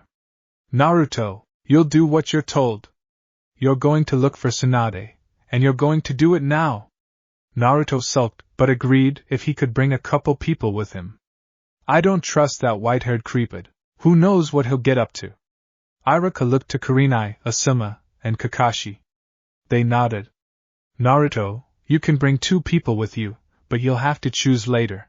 We've run out of time now, and I need to oversee the academy. Asuma, you're going to assign the other genin work, and Kakashi, you're going to help with the rebuilding of the Gate of Branches? Kurenai asked. But what am I to do? Iruka thought, and then smiled. Kurenai, you'll be going with Naruto, as an observer. Judging by his performance in the Chunin exams, we may need to promote him to Jonin. You'll be going along to oversee how he works as a commander of this mission. Naruto, you have been given overall command, so show us what you've got. Naruto bowed, and then grabbed Kurenai by the hand. Come on, Kurenai-san. I want you to help me pick which members of my clan I should take with me. So saying, the boy dragged the brunette Jonin out of the village archives and over to his clan compound. Kurenai was astounded at the size of Naruto's new home.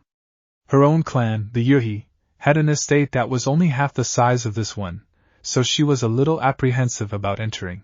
As Naruto opened the huge ironwood door that kept the compound sealed, a bell chimed nearby. What was that? Kurenai asked. It's nothing, Naruto sighed. The girls just like to know when I'm home. Before he could finish his sentence, he was flattened by Hinata, Tenten, Kurama and Anko, who smothered him with hugs and sloppy yes. Anko swooped down to capture his lips in a heated make-out session, breaking off when she noticed the Jonin standing nearby, looking stunned. Hey, Nakin!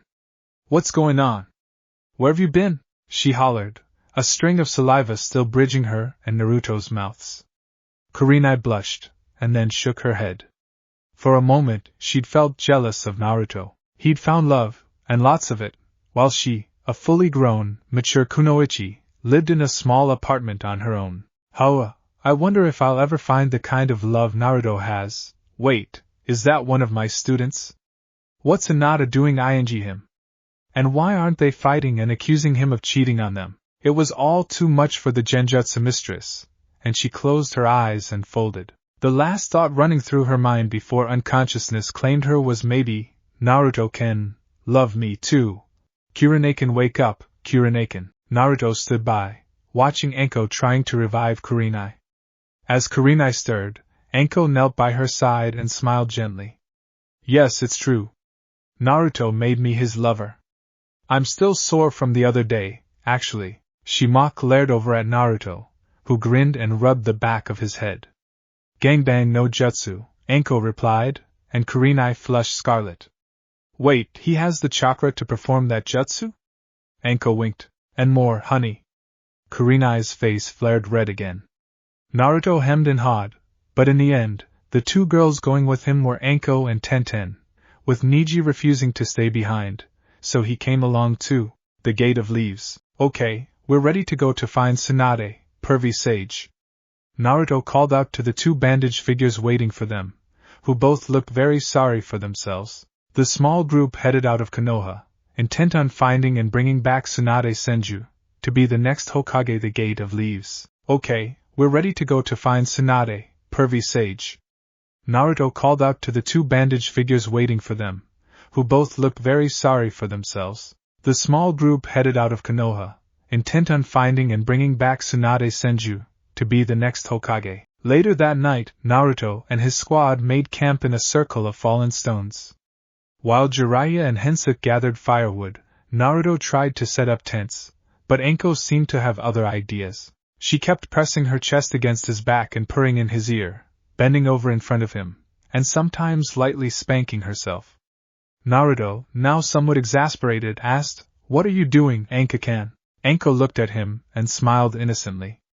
"Why, just trying to help you pitch a tent." Naruto and Kurenai just sat and watched them, a faint blush steaming on her pinkened cheeks. Jiraiya was watching and listening, writing feverishly in his notebook, with Hinata crouched next to him, snapping pictures with alarming rapidity. Unfortunately, the clicking of the camera drew Tenten's attention, and she hurled a barrage of kunai and shuriken at the source of the sound. Hinata crawled away, scratched and bloody, while Jiraiya took the full force of the volley and slumped unconscious against the bole of a tree. Hinata whispered, "It was so we're hit," before falling into insensibility. Night. Naruto and the rest sat around a fire, talking in low voices. Naruto was asking about Tsunade, her appearance, habits, techniques, and family. Jiraiya spoke at length, and told Naruto about Shizen, a young menin that Tsunade had trained and who still followed her teacher around as an assistant. Naruto was interested to learn that Tsunade was the creator of a jutsu that made the user appear much younger, and decided to work on a technique that might complement it. Finally, after a good 2 of study and adjustment, Naruto finished his jutsu, and rolled the scroll up and stored it away safely. Enko started pestering him to show her the technique, but he whispered, "It's a gift for Tsunade. I think it'll be a real hit with her, but you'll have to wait to see it in action." Naruto, Tenten and Enko retired to their tent, and Kurenai's nose started to bleed as the reedy genjutsu mistress began fantasizing about what might happen within those 4 fragile walls. Jiraiya slid close and whispered, "I bet you want to see what's going on, don't you?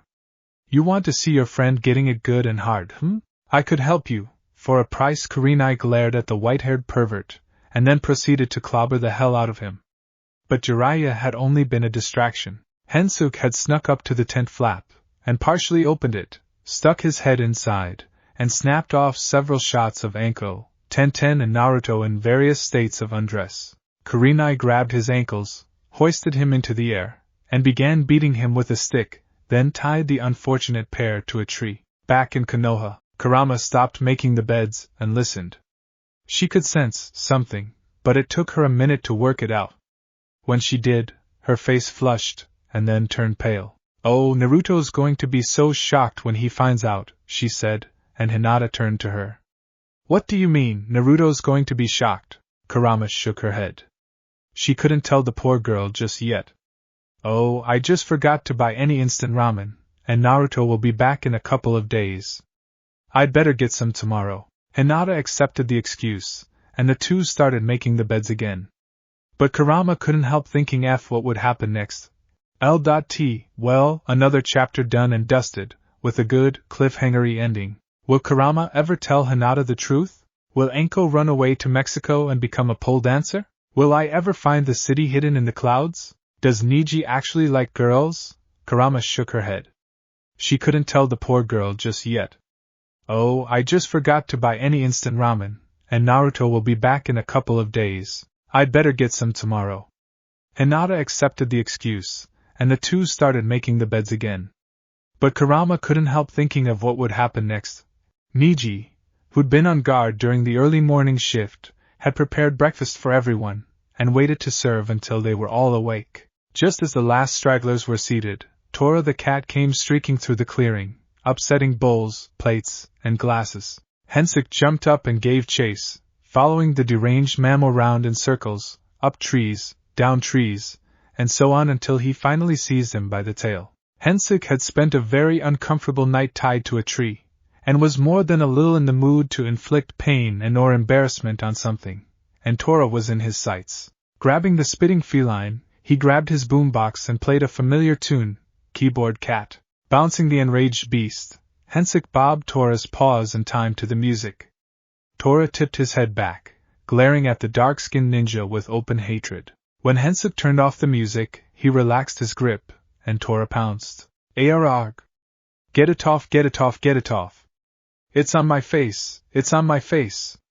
Hensuke screamed as the livid cat clawed and ripped, before Naruto, who'd been sitting and laughing on a tree stump, acted. He grabbed the howling cat by the scruff of his neck, bunged it into a sack, and hurled it into a tree. Hensuke stopped flailing about, and dropped his hands. He looked like someone had taken 11 pounds of hamburger mince, and thrown it at his head. "Wow," he moaned pitifully. Naruto tugged the bleeding boy to his feet. It's not too bad," he said dismissively. "Really? Nah, you look like the back end of a baboon." Naruto chuckled. After Neji salvaged what he could and the team broke their fast, the whole group made good speed, reaching Tanzaku town early in the afternoon. Too busy with looking around, no one noticed a small figure, wearing black robes with red clouds embroidered on them, and a swirly orange mask. "Oh boy! They're here! I'll go tell Leader Sama now, and then maybe he'll let me join them." Tobi's a good boy. That evening, Hensuke had spent a long time whinging about that damn cat, and how Tora will rue the day it messed up my good looks. Eventually, Naruto and the others left him to his misery, and went cruising the bars in Tanzaku, looking for Tsunade. Hensuke, on the other hand, began to grin like a devil. He thought of the perfect way to pay back Tora. "Hensuke! What the hell have you done?" Naruto howled when he saw the hotel room. There was fur everywhere. Fur on the bed, fur in the lampshade, fur on the carpet, fur in the cupboards, piles and piles of fur. And in the middle of it all sat Tora, shaved completely bald, and Hensuke, grinning like a loon. "Oh, hi guys. I just thought I'd get my revenge on the cat." Hensuke smirked. Naruto was kneeling on the floor, banging his head against the floor. "No, no, no, no, no, no, no," Enko glared at Hensuke. "Do you know how much trouble you're in? That cat belongs to the fire daimyo's wife. She'll have your hide for this." Hensuke froze. Crap, maybe this wasn't such a good idea after all. Tenten and Kurenai started clearing away all the tortoise shell pattern fur, and Jiraiya clocked his apprentice upside the back of his head. "All right, listen up. I found out that Tsunade is coming into town to gamble and drink, like she does once a month. She'll be at the Black Leaf Casino from 8 p.m. till whenever they throw her out, so that's when we'll strike." Dismissed. Naruto waited until Neji, Hensuke, and Jiraiya had left, before closing and locking the door and closing the blinds. Stripping out of his dusty clothes, he beckoned to the trio of beautiful ninja babes that were his and his alone. As they fell into bed with him, he turned off the bedside lamp and the quartet immediately drifted into a dreamless slumber. The next morning, Tenten yawned as she woke. Stretching, she padded over to the windows, pulling back the blinds and threw open the panes of glass, letting cool air wash over her. "Well, this is a fine how d'ye do, miss," a voice said. Tenten looked down, and realized she was still naked. "Kya! Pervert!" she screamed. Naruto was up in a flash, eyes flaming. "Jiraiya! No peeking!" he roared, diving out of the window and straight into the stranger's midriff. Oof! The pair fell from the sill, landing in a thick bush shirt. Naruto leapt up, a kunai in hand, only to be disarmed and sat back down again. The stranger smiled. "Well, ain't you peppy this morning? Come on, spill your name." Naruto replied, "Uzumaki Naruto, of the village hidden in the leaves." "You?" The tall young man nodded. "So you're the one, eh?" "The name's Raz, of the Mayonaka clan, from Demon Country. I'm an Srank Anbu operative, and I specialize in genjutsu." Naruto called for his bingo book, and found Raz entry. The page read, "Name Mayonaka Raz, rank S, status Sunbu, chakra affinity, shadow, notable skills, kenjutsu at rank, ninjutsu at a rank, genjutsu at rank, fuinjutsu at rank, kekkai genkai, not applicable. Titles: First Sword of the Three Daitengu, Kurokuma, Shino Kami, Shadow Beast Sage. Strategy: Flee on sight. Rating: Extremely deadly, even for a ninja." Naruto closed the slim, leather-bound book. "So, what do you want with me?" he asked quietly. Raz smiled. "I want you to get me Anbu status in Konoha, and move my girlfriend into the leaf." Naruto closed the slim, leather-bound book. "So, what do you want with me?" he asked quietly. Raz smiled.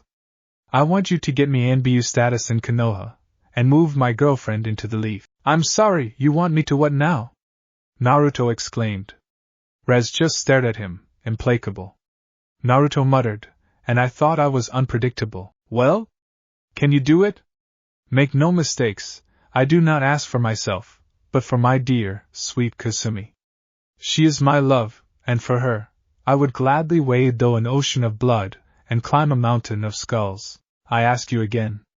Get her in?" Naruto started at the flinty stare from those cool dark eyes. "Can. It'll be difficult, but I can. I just need you to do one thing. I'm going to talk to my sensei, but if he asks, you are not her boyfriend, you are her brother. You need to tell her that you are pretending to be her brother. She must act as if you two are not romantically together." Raz blinked. "I agree, of course, but why the secrecy? My sensei and his apprentice are total pervs, but they'll do anything if a pretty woman's involved." Raz smiled in understanding. "I see use Kasumi's feminine charms to guarantee her safety. HRMM. I like it not, but needs must." Rising, he bowed slightly. "I'll take you to meet my fair one, but first," he paused, staring meaningfully at the younger blonde. "You might want to dress in clothing other than your boxers, my young friend." Shortly, Naruto and the girls were dressed, and with Neji accompanying them, Raz led the way through the winding streets to the apartment he shared with his lover. Just be careful, she's an ex-kunoichi, so don't make too many sudden moves, kay? Naruto and the others agreed, and the tall blonde from Demon Country pulled a key from his pocket. Turning to a door, he unlocked it, ushering the group inside. Who is it? Is that you, Raz? A voice called from one of the rooms. Yeah, it's me, Kasumi, and I brought friends. A slender, dark-haired girl of a similar age to Raz hurried out of the kitchen. Oh, hello, you guys. I'm Kasumi, and you've obviously met Raz, of course. Her green eyes flashed as she invited everyone to sit in the small living room to discuss the plan. So, Raz told you that he wants us to move to Konoha, and that we need your help. This is true. My clan, the Akashi, comes from the land of waves, but Raz's family, the Mayonaka, are from Demon Country, and he is cursed by his blood. I won't tell you anymore, but it is a terrible thing. We hope to come to the Leaf to find a way to cure him, or at least control the curse. Konoha's third Hokage was sympathetic to our plight, but upon his death, we lost hope until now. I overheard an old-looking man talking to a barmaid about bringing Tsunade Senju back as the fifth Hokage, and he mentioned you. Will you help us? Naruto nodded. I don't know how much use I can be, but I'll do my best, Tebeo, he declared, and everyone's sweat dropped. Is he always like this? Kasumi whispered to Anko. Yup, she replied, and I wouldn't have it any other way. The two shared a smile, and watched the blondes hugging and cheering. Raz followed the group back, and he and Naruto went off to find Jiraiya and his pervy apprentice. As the day turned to evening, the two blonde ninja found the pervy pair, already hiding in a bush outside the Black Leaf Casino, waiting for Tsunade to appear. Their plan was ruined when Naruto bellowed, "Oh I, pervy sage! Pervy sage in training!" Jiraiya growled, "Oh my dear Kami, what?" Naruto introduced Raz, and the older teen explained the reason he wanted Jiraiya's help, minus informing them that Kasumi was his girlfriend, but instead claiming she was his sister. Jiraiya agreed without a moment's hesitation. Just as the rest of the Konoha contingent arrived and concealed themselves, Tsunade and her assistant, Shizun, strolled through the doors and into the casino. The next morning, Naruto, Neji, Raz, and pretty much everyone else was pissed off. Tsunade had stayed in the damnable casino all night, and they'd all had to sleep in turns, still ensconced in the bush. A few minutes before sunrise, Tsunade staggered out, drunk as a skunk, supported by her friend. The Konohanans followed them, out of Tanzaku, and along a path bordering a field. Shizun stopped. Shit! I left my bag in the bar, you stay here while I nip back and get it, okay?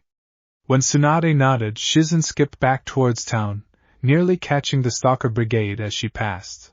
A few moments later, the ground rumbled, and a familiar figure rose from the depths. Kukukuku, good morning, Tsunade, came a cold and reptilian voice. Orochimaru? Naruto snarled. I thought I'd finished him off, but it looks like snakes are related to roaches. Tsunade snapped to attention, her drunken sway stopping immediately. What do you want, Orochimaru? I heard you killed our sensei. Is this true? The snake Sannin smiled mirthlessly. Oh, it's true, alright, but I need you to help me. A young blonde hooligan managed to wound me, and the old man crippled my arms. Fix them for me, and I shall return your loved ones to you. I can bring them back. Tsunade trembled. Dan and Nawaki, you bastard, fine. You win. Tsunade grabbed Orochimaru's wrist, and her left palm started glowing. Within a splintered second, 3 shurikens spun towards her, and she vaulted away. Kabuto dropped from a tree branch, adjusting his glasses. Lord Orochimaru, that wasn't healing chakra. She was preparing to attack you. It looks like I need to beat a healing session out of you then. Tsunade stood her ground, but just as Kabuto knocked her out, he was body-checked by a blonde blur. Raz stood, sword in hand, with Jiraiya, Kurenai and Anko against Orochimaru. Neji, Tenten, and Naruto faced off against the Leaf Trader. The second, and much smaller, battle for the Leaf had begun. Tsunade stood her ground, but just as Kabuto knocked her out, he was body-checked by a blonde blur. Raz stood, sword in hand, with Jiraiya, Kurama and Anko against Orochimaru. Neji, Tenten, and Naruto faced off against the Leaf Trader. The second, and much smaller, battle for the leaf had begun. Jiraiya lunged, but Orochimaru slithered aside, while spitting a few snakes from his mouth. While Anko and Kurama amused themselves by stomping the reptiles into paste, Raz circled, drawing a short-bladed katana from a sheath on his back. "Right, you scaly freak show, let's see how well you fight with that monstrosity you call the Kusanagi," he growled, his blonde spikes falling across his face in a way that shaded his eyes menacingly. Across the clearing, Kabuto was having more trouble than he first anticipated. Not only did he have to keep his distance from the Hyuga brat, that girl with the stupid bun hair kept throwing things at him, and the Ninetales container used that pointless shadow clone jutsu over and over. If this battle was measured in bodies, Kabuto mused, then he'd have won after the 27th clone bit the dust. Unfortunately, by focusing in the blonde monkey-like boy, he'd let the Hyuga slip behind him. 8 trigrams, 120 palms, Neji recited, and then slammed his fist into Kabuto's gut with the force of a jackhammer. 2 palms. 4 palms. 8 palms. 16 palms. 32 palms. 64 palms. 120 palms. Kabuto fell, spitting out blood and saliva, before grinning. The wounds started to knit together, the bruises fading. Cellular activation, the glasses-wearing douche smirked, before Naruto lampooned him with a lump of wood. Snarling, Kabuto lashed out with his hand in a knife-hand strike. The blonde Chunin fell to one knee, blood pouring from a deep cut across his chest. Tenten looked stunned. "But how? He didn't use a kunai," Neji nodded. "So, using a medical jutsu as a weapon? You sicken me. The chakra scalpel is not designed for inflicting deliberate injury, but you corrupted it. Is there no end to your perversion? Bastard!" Neji began pummeling the gray-haired ninja with everything he had, not letting him prepare another strike. If Kabuto were to use that technique anymore, he could literally cut them to pieces. "Neji! Duck!" Neji dropped, and Naruto flipped over his friend's back and slammed a familiar ball of swirling chakra into Kabuto's torso. Raisin Gan! The leaf-missing Nin flew gracefully through the air, arse first, ending his short journey by embracing a boulder with his spine. Even Kabuto's healing techniques could not prevent serious injury, and he lay there, groaning. Over with Jiraiya, Raz, and the leaf kunoichi, the fight was still on, but only just. Anko couldn't even hit her old master, he knew her too well. Jiraiya had hit him several times, but never inflicted any real damage, and Kurama was currently fighting off one of his genjutsu. The only one still fighting was Raz, meeting Orochimaru's sword strikes with blows of his own. The chimes of ringing steel rang throughout the small valley, echoing loudly. Raz vaulted over an ankle sweep, and lashed at the snake Sanin's neck. He managed to parry with the grass cutter, before stabbing it forwards rapidly. The swords met again, before Raz staggered back, clutching the hilt of his weapon, the blade lying shattered between them. Orochimaru swallowed his blade, chuckling. "Kukukukukukuku, not many can withstand me for so long, my young enemy. But now, it seems that our time together will be short." Regurgitating the sword again, he swept it in a cruel arc that looked set to remove his foe's head. Instead of ducking, Raz reached for the base of a nearby tree. Shadow Sword Jutsu. The darkness shed by the tree's branches writhed, and formed a pair of matched blades in Raz's hands. The swords shimmered in the early morning sun, but no light was reflected. Raz blocked the headtaker's swipe, reprising with a backhanded cut that opened a wound on Orochimaru's shoulder. The Sannin gaped in surprise, blocking several follow-up strikes from the blades that nearly cut his face to the bone. Raz slammed the sword's point first into the earth, placing his hands together and forming a couple of hand signs, but saying nothing. A clone formed in a puff of black smoke, forming a shadowy figure hovering a foot above the ground, arms crossed over its chest, head bowed and eyes closed. As it touched down, the clone raised its head, opening its eyes. Orochimaru was briefly startled to see that the clone's eyes glowed blood red. His strange clone hunched over as large, black bat wings burst from its shoulders, and the smoke faded to reveal a second Raz, with grayish skin, those wings and eyes, fangs that protruded over the bottom lip, and long claws. Raz smiled. Demon clone jutsu, bitch. The clone pulled one of the swords from the ground, and Raz took up the other. The pair lunged forwards, covering the ground between them and the snake pervert in mere seconds. Orochimaru stabbed his sword into the clone's thigh, but instead of dispersing, the clone simply punched him in the face. Orochimaru cut out at his new tormentor, and succeeded in cutting off 3 fingers. The demon clone hissed in fury and pain, and then shrugged its shoulders, taking to the air. Raz leapt up, seized it by the ankles, and spun it round, hurling it down towards the slightly surprised legless lizardman. The clone skewered Orochimaru in the side, ripping its sword out in a gush of blood. Orochimaru coughed. Kabuto! Retreat! Kabuto struggled to his feet and Leaf teleported to his master's side. This isn't over yet, fools. When my lord Orochimaru regains his strength, we will have our revenge. So saying, the pair fled underground, tunneling away, but no one in the group thought that they'd seen the last of the scaly man-whore and his young boy. This isn't over yet, fools. When my lord Orochimaru regains his strength, we will have our revenge. So saying, the pair fled underground, tunneling away, but no one in the group thought that they'd seen the last of the scaly man-whore and his young boy. Tsunade opened her eyes a crack. She heard the words before she saw the speaker. Hey, master? Are you sure she's the legendary sucker? And how did she get that name? From giving epic BJs. Ah, who cares who she is, look at those tits.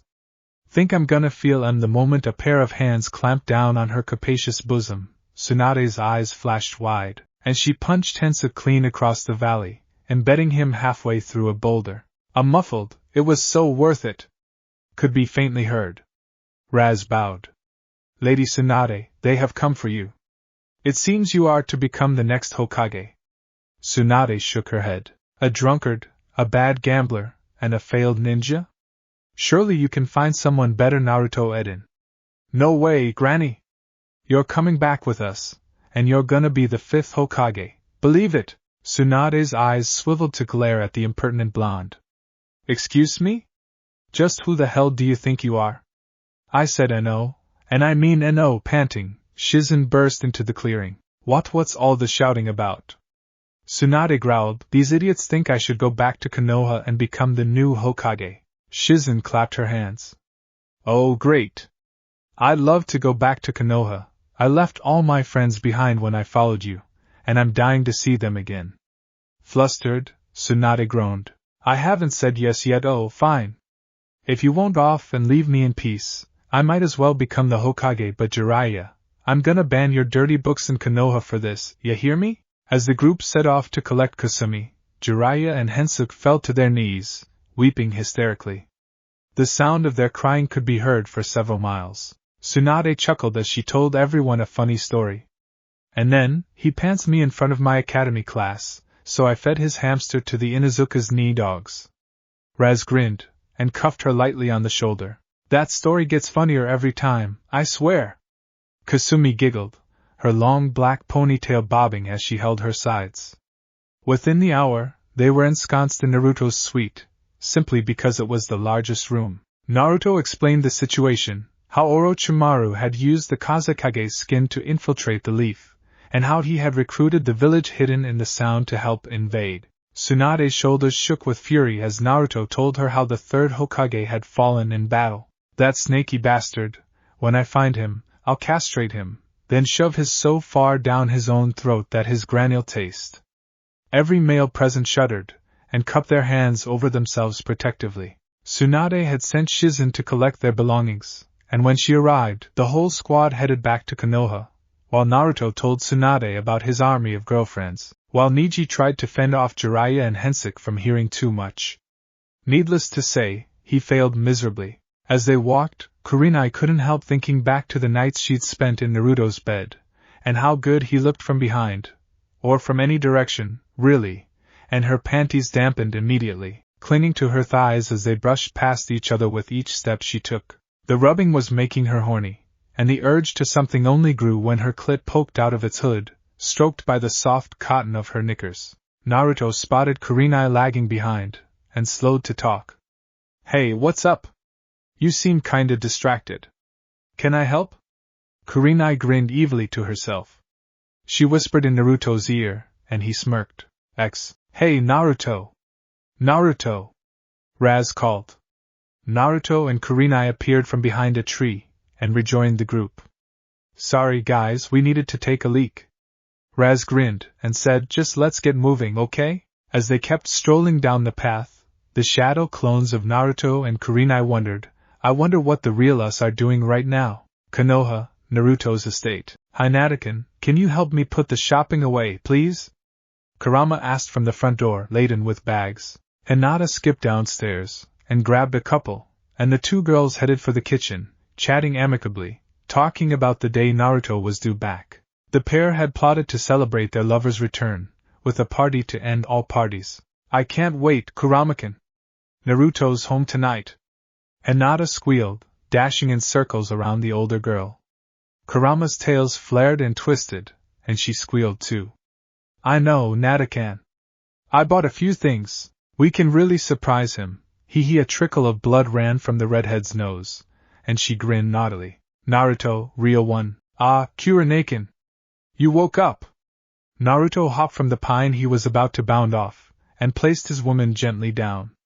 She eyed him, and squeezed his arm. As he led the way onto the road, Naruto watched from a safe spot as the rest of the group came towards them. Ducking into the bushes, Kurenai and the blonde teen switched places with the clones, and a few yards away, the faint pomp of dispel was muted sufficiently to draw no attention. The memories of the past few hours filtered in, and the pair joined the conversation that they hadn't really been a part of. No way, Neji!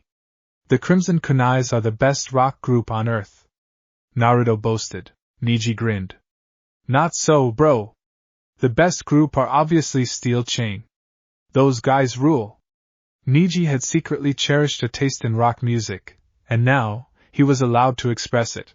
Like that one track, where Kayuki Seto, the lead guitar, was all like dananananana. Freeow! Daka daka daka, that was the Bamjutsu, Naruto snorted. Oh, Kayuki-san's hot, but she's out of her league when compared to the Crimson Kunai's lead. Tanako Izuyura is so much cuter. And her voice? That thing is in vocal form, Neji shrugged. I will admit she has a great voice, let's just agree to disagree. Naruto high-fived his white-eyed friend, and the two burst out laughing, Neji because he was happy, and Naruto with delight at the change in his former adversary. The group made its steady way home, with Naruto completely unaware of what lay ahead. Come on, girl! What are you doing in Konoha, and why do you want to speak to Naruto so badly? You need to tell us, or we can't help you. An exasperated Jonin pleaded. The red-headed teen ignored him. She hadn't moved or spoke for 3 straight days. No sign that she was still alive, except for the steady rise and fall of her chest. Her mouth opened, and in a voice husky from disuse, croaked, Naruto, Konoha, Leaf Gate. Naruto and the rest of his group reached the gates of Konoha, and Raz and Kasumi stared at the high walls and thick gates. The eternal Chunin, Izumo and Kotetsu, smiled as they stamped Naruto's pass, then Anko's Tenten's and finally Neji's. Jiraiya and Hensuke had opted to part ways with the group, instead heading off to locate Orochimaru's base of operations. The other 4 were under escort, so were permitted entry, seeing as Tsunade was the new Hokage. While Shizen and her mistress were led to the Hokage tower, a young genin came panting up, and seized Naruto's sleeve. "Ane Naruto! Ibikiza needs you! Come quick!" he shouted. Naruto turned and looked at his friends, and told them to go on home. Following the genin, he ran for the INT building. Inside the interrogation and torture unit, Naruto was led down a flight of stairs, along a path, down more stairs, and into a small antechamber, where Ibiki waited. "Naruto, it's good to see you again. We have a young lady in here, but she has resisted everything we can do to her, and she only wants one thing, you. She refuses to talk to anyone else." Naruto nodded. "Let me go in." "Is she dangerous?" Ibiki shook his head. "She looks like that Sannin Gaara. Maybe a cousin. Dresses like him, but without the gourd. She's made no aggressive moves, so you should be fine." Naruto nodded again, and Ibiki unlocked the door, and let the blonde in.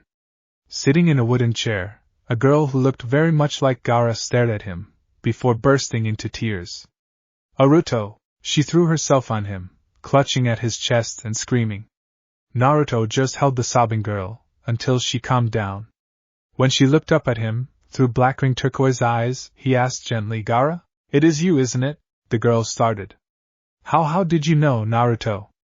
He smiled. The only girl who looks like Gaara could only be Gaara. Did you learn my Waijutsu? Gaara shook her head. No, I am a girl. I was hit by an unidentified technique. Shikaku took the brunt, and was almost destroyed.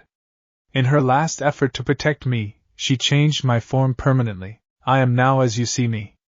I changed my name, and I'm now Akane no Sabaku, youngest daughter of the Kazekage. She blushed, and looked down. And I also want to stay with you, so please take me on as one of your girlfriends. I heard about you, that you need to restore 2 clans, and I'm alone. My father was killed by Orochimaru, and my siblings are in hiding. Please? She looked up at Naruto, her shoulder-length paired hair shining softly. Naruto stroked Akane's head, and ate her on the lips. Sure thing, Akane-kan. You can always stay with me as long as you don't mind sharing. That is, Akane no Sabaku lay in Naruto's arms, and sobbed, tears spilling from her ice-blue eyes, and she buried her face in his chest. Thank you, she wailed, raining yes on his cheeks and face. Naruto smiled up at the crying girl, and held her close, before lifting her into his arms, bridal style, and carrying her out of the door. Ibiki stared at him in shock. What? Where are you going with her? We need. Naruto cut him off. She's staying with me. You can ask her all the questions you like when she's settled in. Don't worry, I can handle her.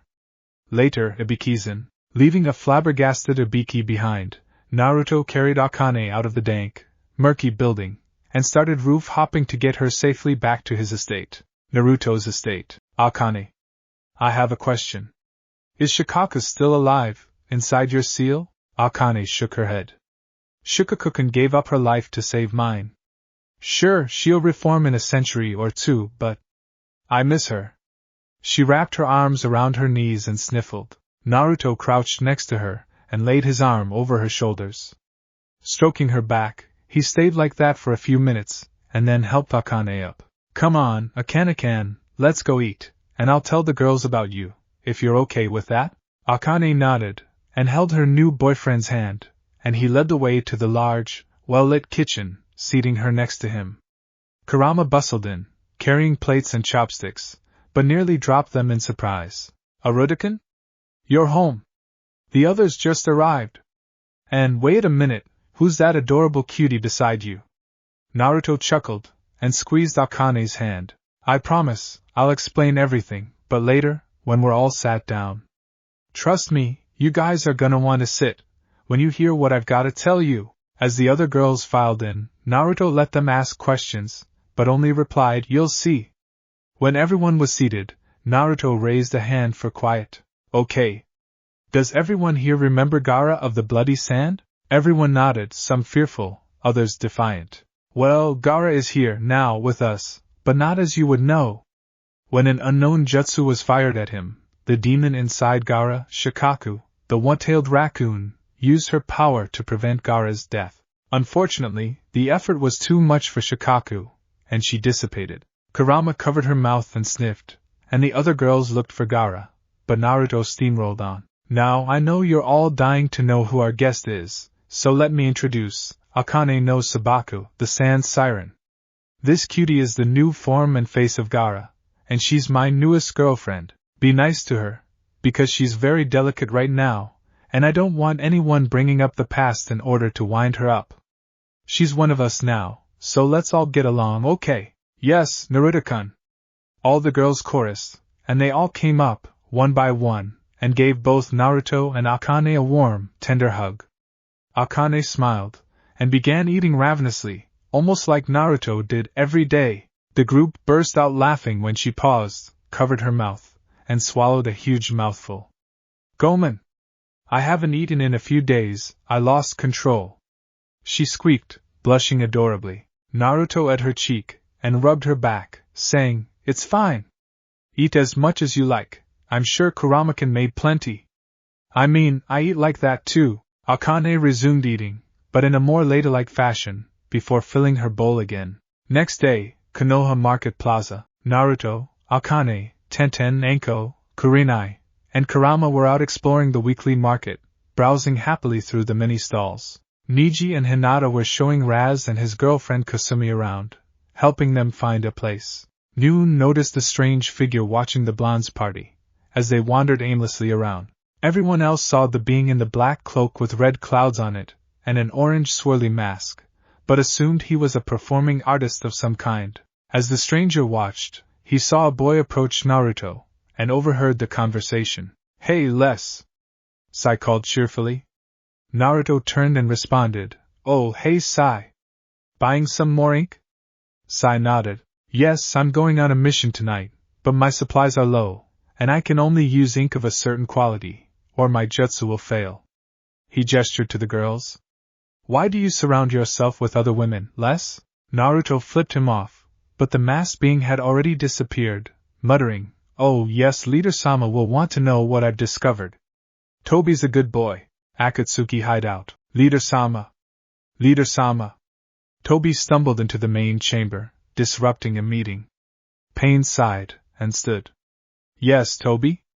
Tobi bowed several times, and then screamed, The Nine-Tails Jinchuriki is a girl. Everyone gasped, then began rushing around. What? Where did you see her? Pain bellowed, and Tobi pointed. Just a few miles away, running that way. Kisame yelled, Good boy, Tobi! And the masked fool began dancing like an idiot, cheering about being a good boy. Konoha. Naruto had decided to go on a trip, taking the scroll his parents had left him, to go to the village his mother had come from. Following the map was easy, and he made good time. As he strolled through a leafy forest, he heard a scream. Uzumaki! Naruto barrage!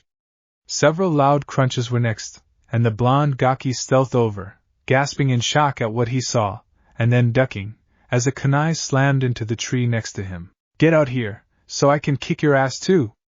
A loud, feminine voice commanded, and Naruto stood, raising his hands. Hold on. I'm not after you, I just heard the fight. The girl standing before him looked like Heisei jutsu form. What? You look like my jutsu form. They chorused at once. Naruto stopped speaking, and the girl continued, You look just like my hunky jutsu form. Clasping her hands, she called hunky jutsu, and transformed into a fit, bare-chested version of Naruto, with a plume of smoke covering his crotch. Releasing the jutsu, she said, So, I look like your technique, huh? Let's see it. Naruto shrugged, and placed his hands together. Why jutsu? An identical, naked clone of the girl appeared, and blew away, before dispersing into Naruto again. Naruto shook the girl's hand, and asked her name. It's Naruko Uzumaki, and I was on my way to Konoha to visit my cousin, Naruto. Do you know him? Naruto burst out laughing, and pointed to himself. That's me. I'm Naruto. Naruko gawped at him, then grabbed him in a hug and ate him full on the lips. Naruto! Cousin, I've found you! She began peppering her younger relation with ES, and then explained. My aunt died a few weeks ago, but told me of a cousin, living in the land of fire, in Konoha. She sent me to be your wife, so we can restore our clan. Ing him again, she linked hands with him, and leaned into him, letting Naruto take charge. So, you're going to find Aunt Kushina's old home, huh? And you have several girlfriends? Okay, just as long as you don't mind another. Naruko giggled, and groped her cousin's crotch. Tauboababithii. Kisame roared, stomping into the Akatsuki lair, before slamming Samahata into the wall. Pain sighed. Tobi got it wrong, didn't he? He asked, shaking his head in despair. Tobi was still dancing in circles, singing, Good boy, Tobi's a good boy. Kisame punched the table, and screamed, Tobi's not a good boy. Tobi stopped dancing, moaned, Awa and slumped in a huddle in the corner. Konoha, Raz and Kasumi's house. Raz. Yo, buddy! Tsunade needs you. She's got an assignment for you, if you're not too busy. Kakashi Hatake called into the apartment that Raz had rented with his girlfriend. Raz stuck his head out from behind a large crate, which he was currently heaving across the floor. Sure thing, Kakashi-san, just gimme a moment, he tugged, and the crate slid another foot. Kakashi leaned against the box, and it slid further, as the two ninja put their backs into it. Raz stopped pulling once the box was positioned in the center of the room, before he punched it with a fist. The box splintered, and a large, intimidating assortment of weapons fell from a stand, now kind F buckled after the blow. Kakashi picked up a lethal-looking short sword, then dropped it, as a snake's head oozed out of the pommel, before withdrawing when he let go. Yeah, don't touch the kit, it's got a pretty potent little curse on the stuff, and I'm gonna break it, but it can wait. You said Tsunade had a mission? Kakashi nodded. She asked me to come get you. Oh, about 2 hours ago, actually. You're late, better hurry. He gave his usual smiley face, then Leaf shunshed away. Kakashi I thee. Raz howled, and shadows engulfed him. When they drew back, he was gone. Land of Grass. Is this Orochimaru's lair? Hensuke raised an eyebrow. Jiraiya nodded. Yes. Orochimaru is most cunning. I would never have expected that he'd hide in a sewer. Hensuke hefted the bag of spy cameras, and slipped off. Land of Waves, outskirts of the ruined village of Izushiyogakure. Come on, cuz. Just a bit further. Naruto exhorted her younger relative on to even greater efforts, as the duo came to a rest on a rocky plain. No, not rocks, the ruins of houses and shops. Naruto stared around, and saw that not a single structure was unscathed, and most were overgrown and dead. Holy shit, what happened? Naruto gasped. Naruto put her arm around him, and told him. The village was prosperous, because of its talent for sealing and binding jutsu. Too skillful, the village was destroyed during the Third Shinobi World War. Naruto sniffed, and wiped his eyes, before looking around. What are you looking for, Narakin? His cousin asked curiously. The Guardian Stones. My mom said they'd teach me something, if I had someone I loved when they were nearby. Naruto blushed, and took his hand. Let's go find them, then, Land of Grass. Master Jiraiya. I'm back. The cameras are in place. Hensuke panted, appearing at Jiraiya's side. Jiraiya pulled a small computer from a scroll, and started skipping through channels, looking for anything he could use to stop the perverted snake Sannin. Stopping on the first one that revealed the pale douche, Jiraiya stopped, stared, and then screamed in horror. On the screen, in inglorious technicolor, Orochimaru was showering, and singing I Will Survive, with hip motions. Oh, Kami, it's hideous. Burn it. Beat the images out of my eyes. I can't see, I'm blind. Hensuke facepalmed himself, then reached into another bag, pulling out blocks of explosive clay. Blow it up, master? Jiraiya wiped his eyes, rammed a kunai through the screen, and growled, oh yes, blow it up now. Blow it all yup. Be-brakaboo-ba-am. A cloud of smoke plumed over the Land of Grass, and maniacal laughter echoed through the valleys. Hokage Tower. Raz, you are to go and find Naruto, and bring him back. We need him for a mission, but he appears to have left the village. Izumo and Kotetsu saw him leaving, heading for Wave. You accomplish this, and you'll get yourself an A and B rank. Dismissed. Tsunade turned back to the stacks of paper filling her new office, and slammed her head on the desk. Damn you, Naruto, she moaned. Just as Naruto bent down to look in, a dark-shaped fountain out of the water behind him slipped on a slime-covered rock, and kanonied into him, knocking him through the hole, falling after him, and followed by a furious Naruto. Get back here, assassin! Murderer! Yourg, Oi, moaned the mysterious person, after Naruto and his cousin had beaten the living daylights out of him. His swirly orange mask cracked. Toby looked pretty pathetic, all tied up and concussed. Toby's a good boy. Wump! He fell over backwards, out cold. Rez showed up 2 minutes later, and sweat dropped. This idiot tried to hug you? Naruto nodded. I think he's just high. Or really stupid. Take him back to Konoha for me? I gotta find something down here. Tell Granny I'm sorry for leaving, okay? Rez nodded, and picked up the unconscious Akatsuki member. Toby mumbled, "The fluffy ones taste better." Naruto and Naruto explored the tunnel. It led to a small room, with shelves in it. The shelves were filled with scrolls and paintings.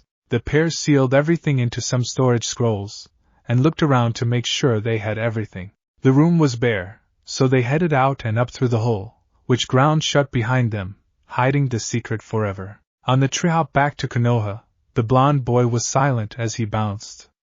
Naruto let him think, and he brooded for most of the journey, his mood lightening the closer he got to home. When he led her to the huge doors of his compound, he had Naruto quickly, and then opened the door, setting a bell to chiming. In seconds he was glomped by Hinata, Anko, Kurama, Tenten, Kurenai, and Akane, who hugged and ed the blonde stud as much as they could. He smiled and ed them, one by one. Kurenai blushed. Daddy? I'm pregnant. Naruto's eyes widened and he fell over in shock. Pregnant? She nodded, shyly smiling at him. He bounded to his feet and hugged her. Yahoo! Now I just need to knock up Hinata, Anko, Naruto, Akane, Kurama, and Tenten, the other girls squealed delightedly, before dragging him into the Namake's mansion. For the rest of the day, moans, screams, cries of bliss, and other erotic noises could be heard. 2 hours later, Naruto sagged, utterly drained. He was spent. He didn't even know if he could ever get another erection. All of his girls were now carrying, and he sighed. I bet Raz never has to deal with this. Raz's house. After receiving his ANBU rank from Tsunade, Raz was currently engaged in a staring contest with Toby. The masked Nin was merely giggling about nothing, saying. Raz turned to Inoichi. You sure you can do that? If I make a clone, you can put the bad deeds and Akatsuki memories into it, then we can let this moron go? The Yamanaka nodded, also sick of the mumbling twit. Good. Let's go. Raz formed a blank shadow clone, and Inoichi began the transfer, barely resisting the temptation to melt the brain of this total dweeb. Thanks for watching this video. You really enjoy this video. Like, subscribe, and comment down below, and turn on that bell notification. Don't forget to support and follow Tailed Vegetable for writing that awesome fanfic, and also make sure to comment on this story, link in the description. See you in the next video. Goodbye.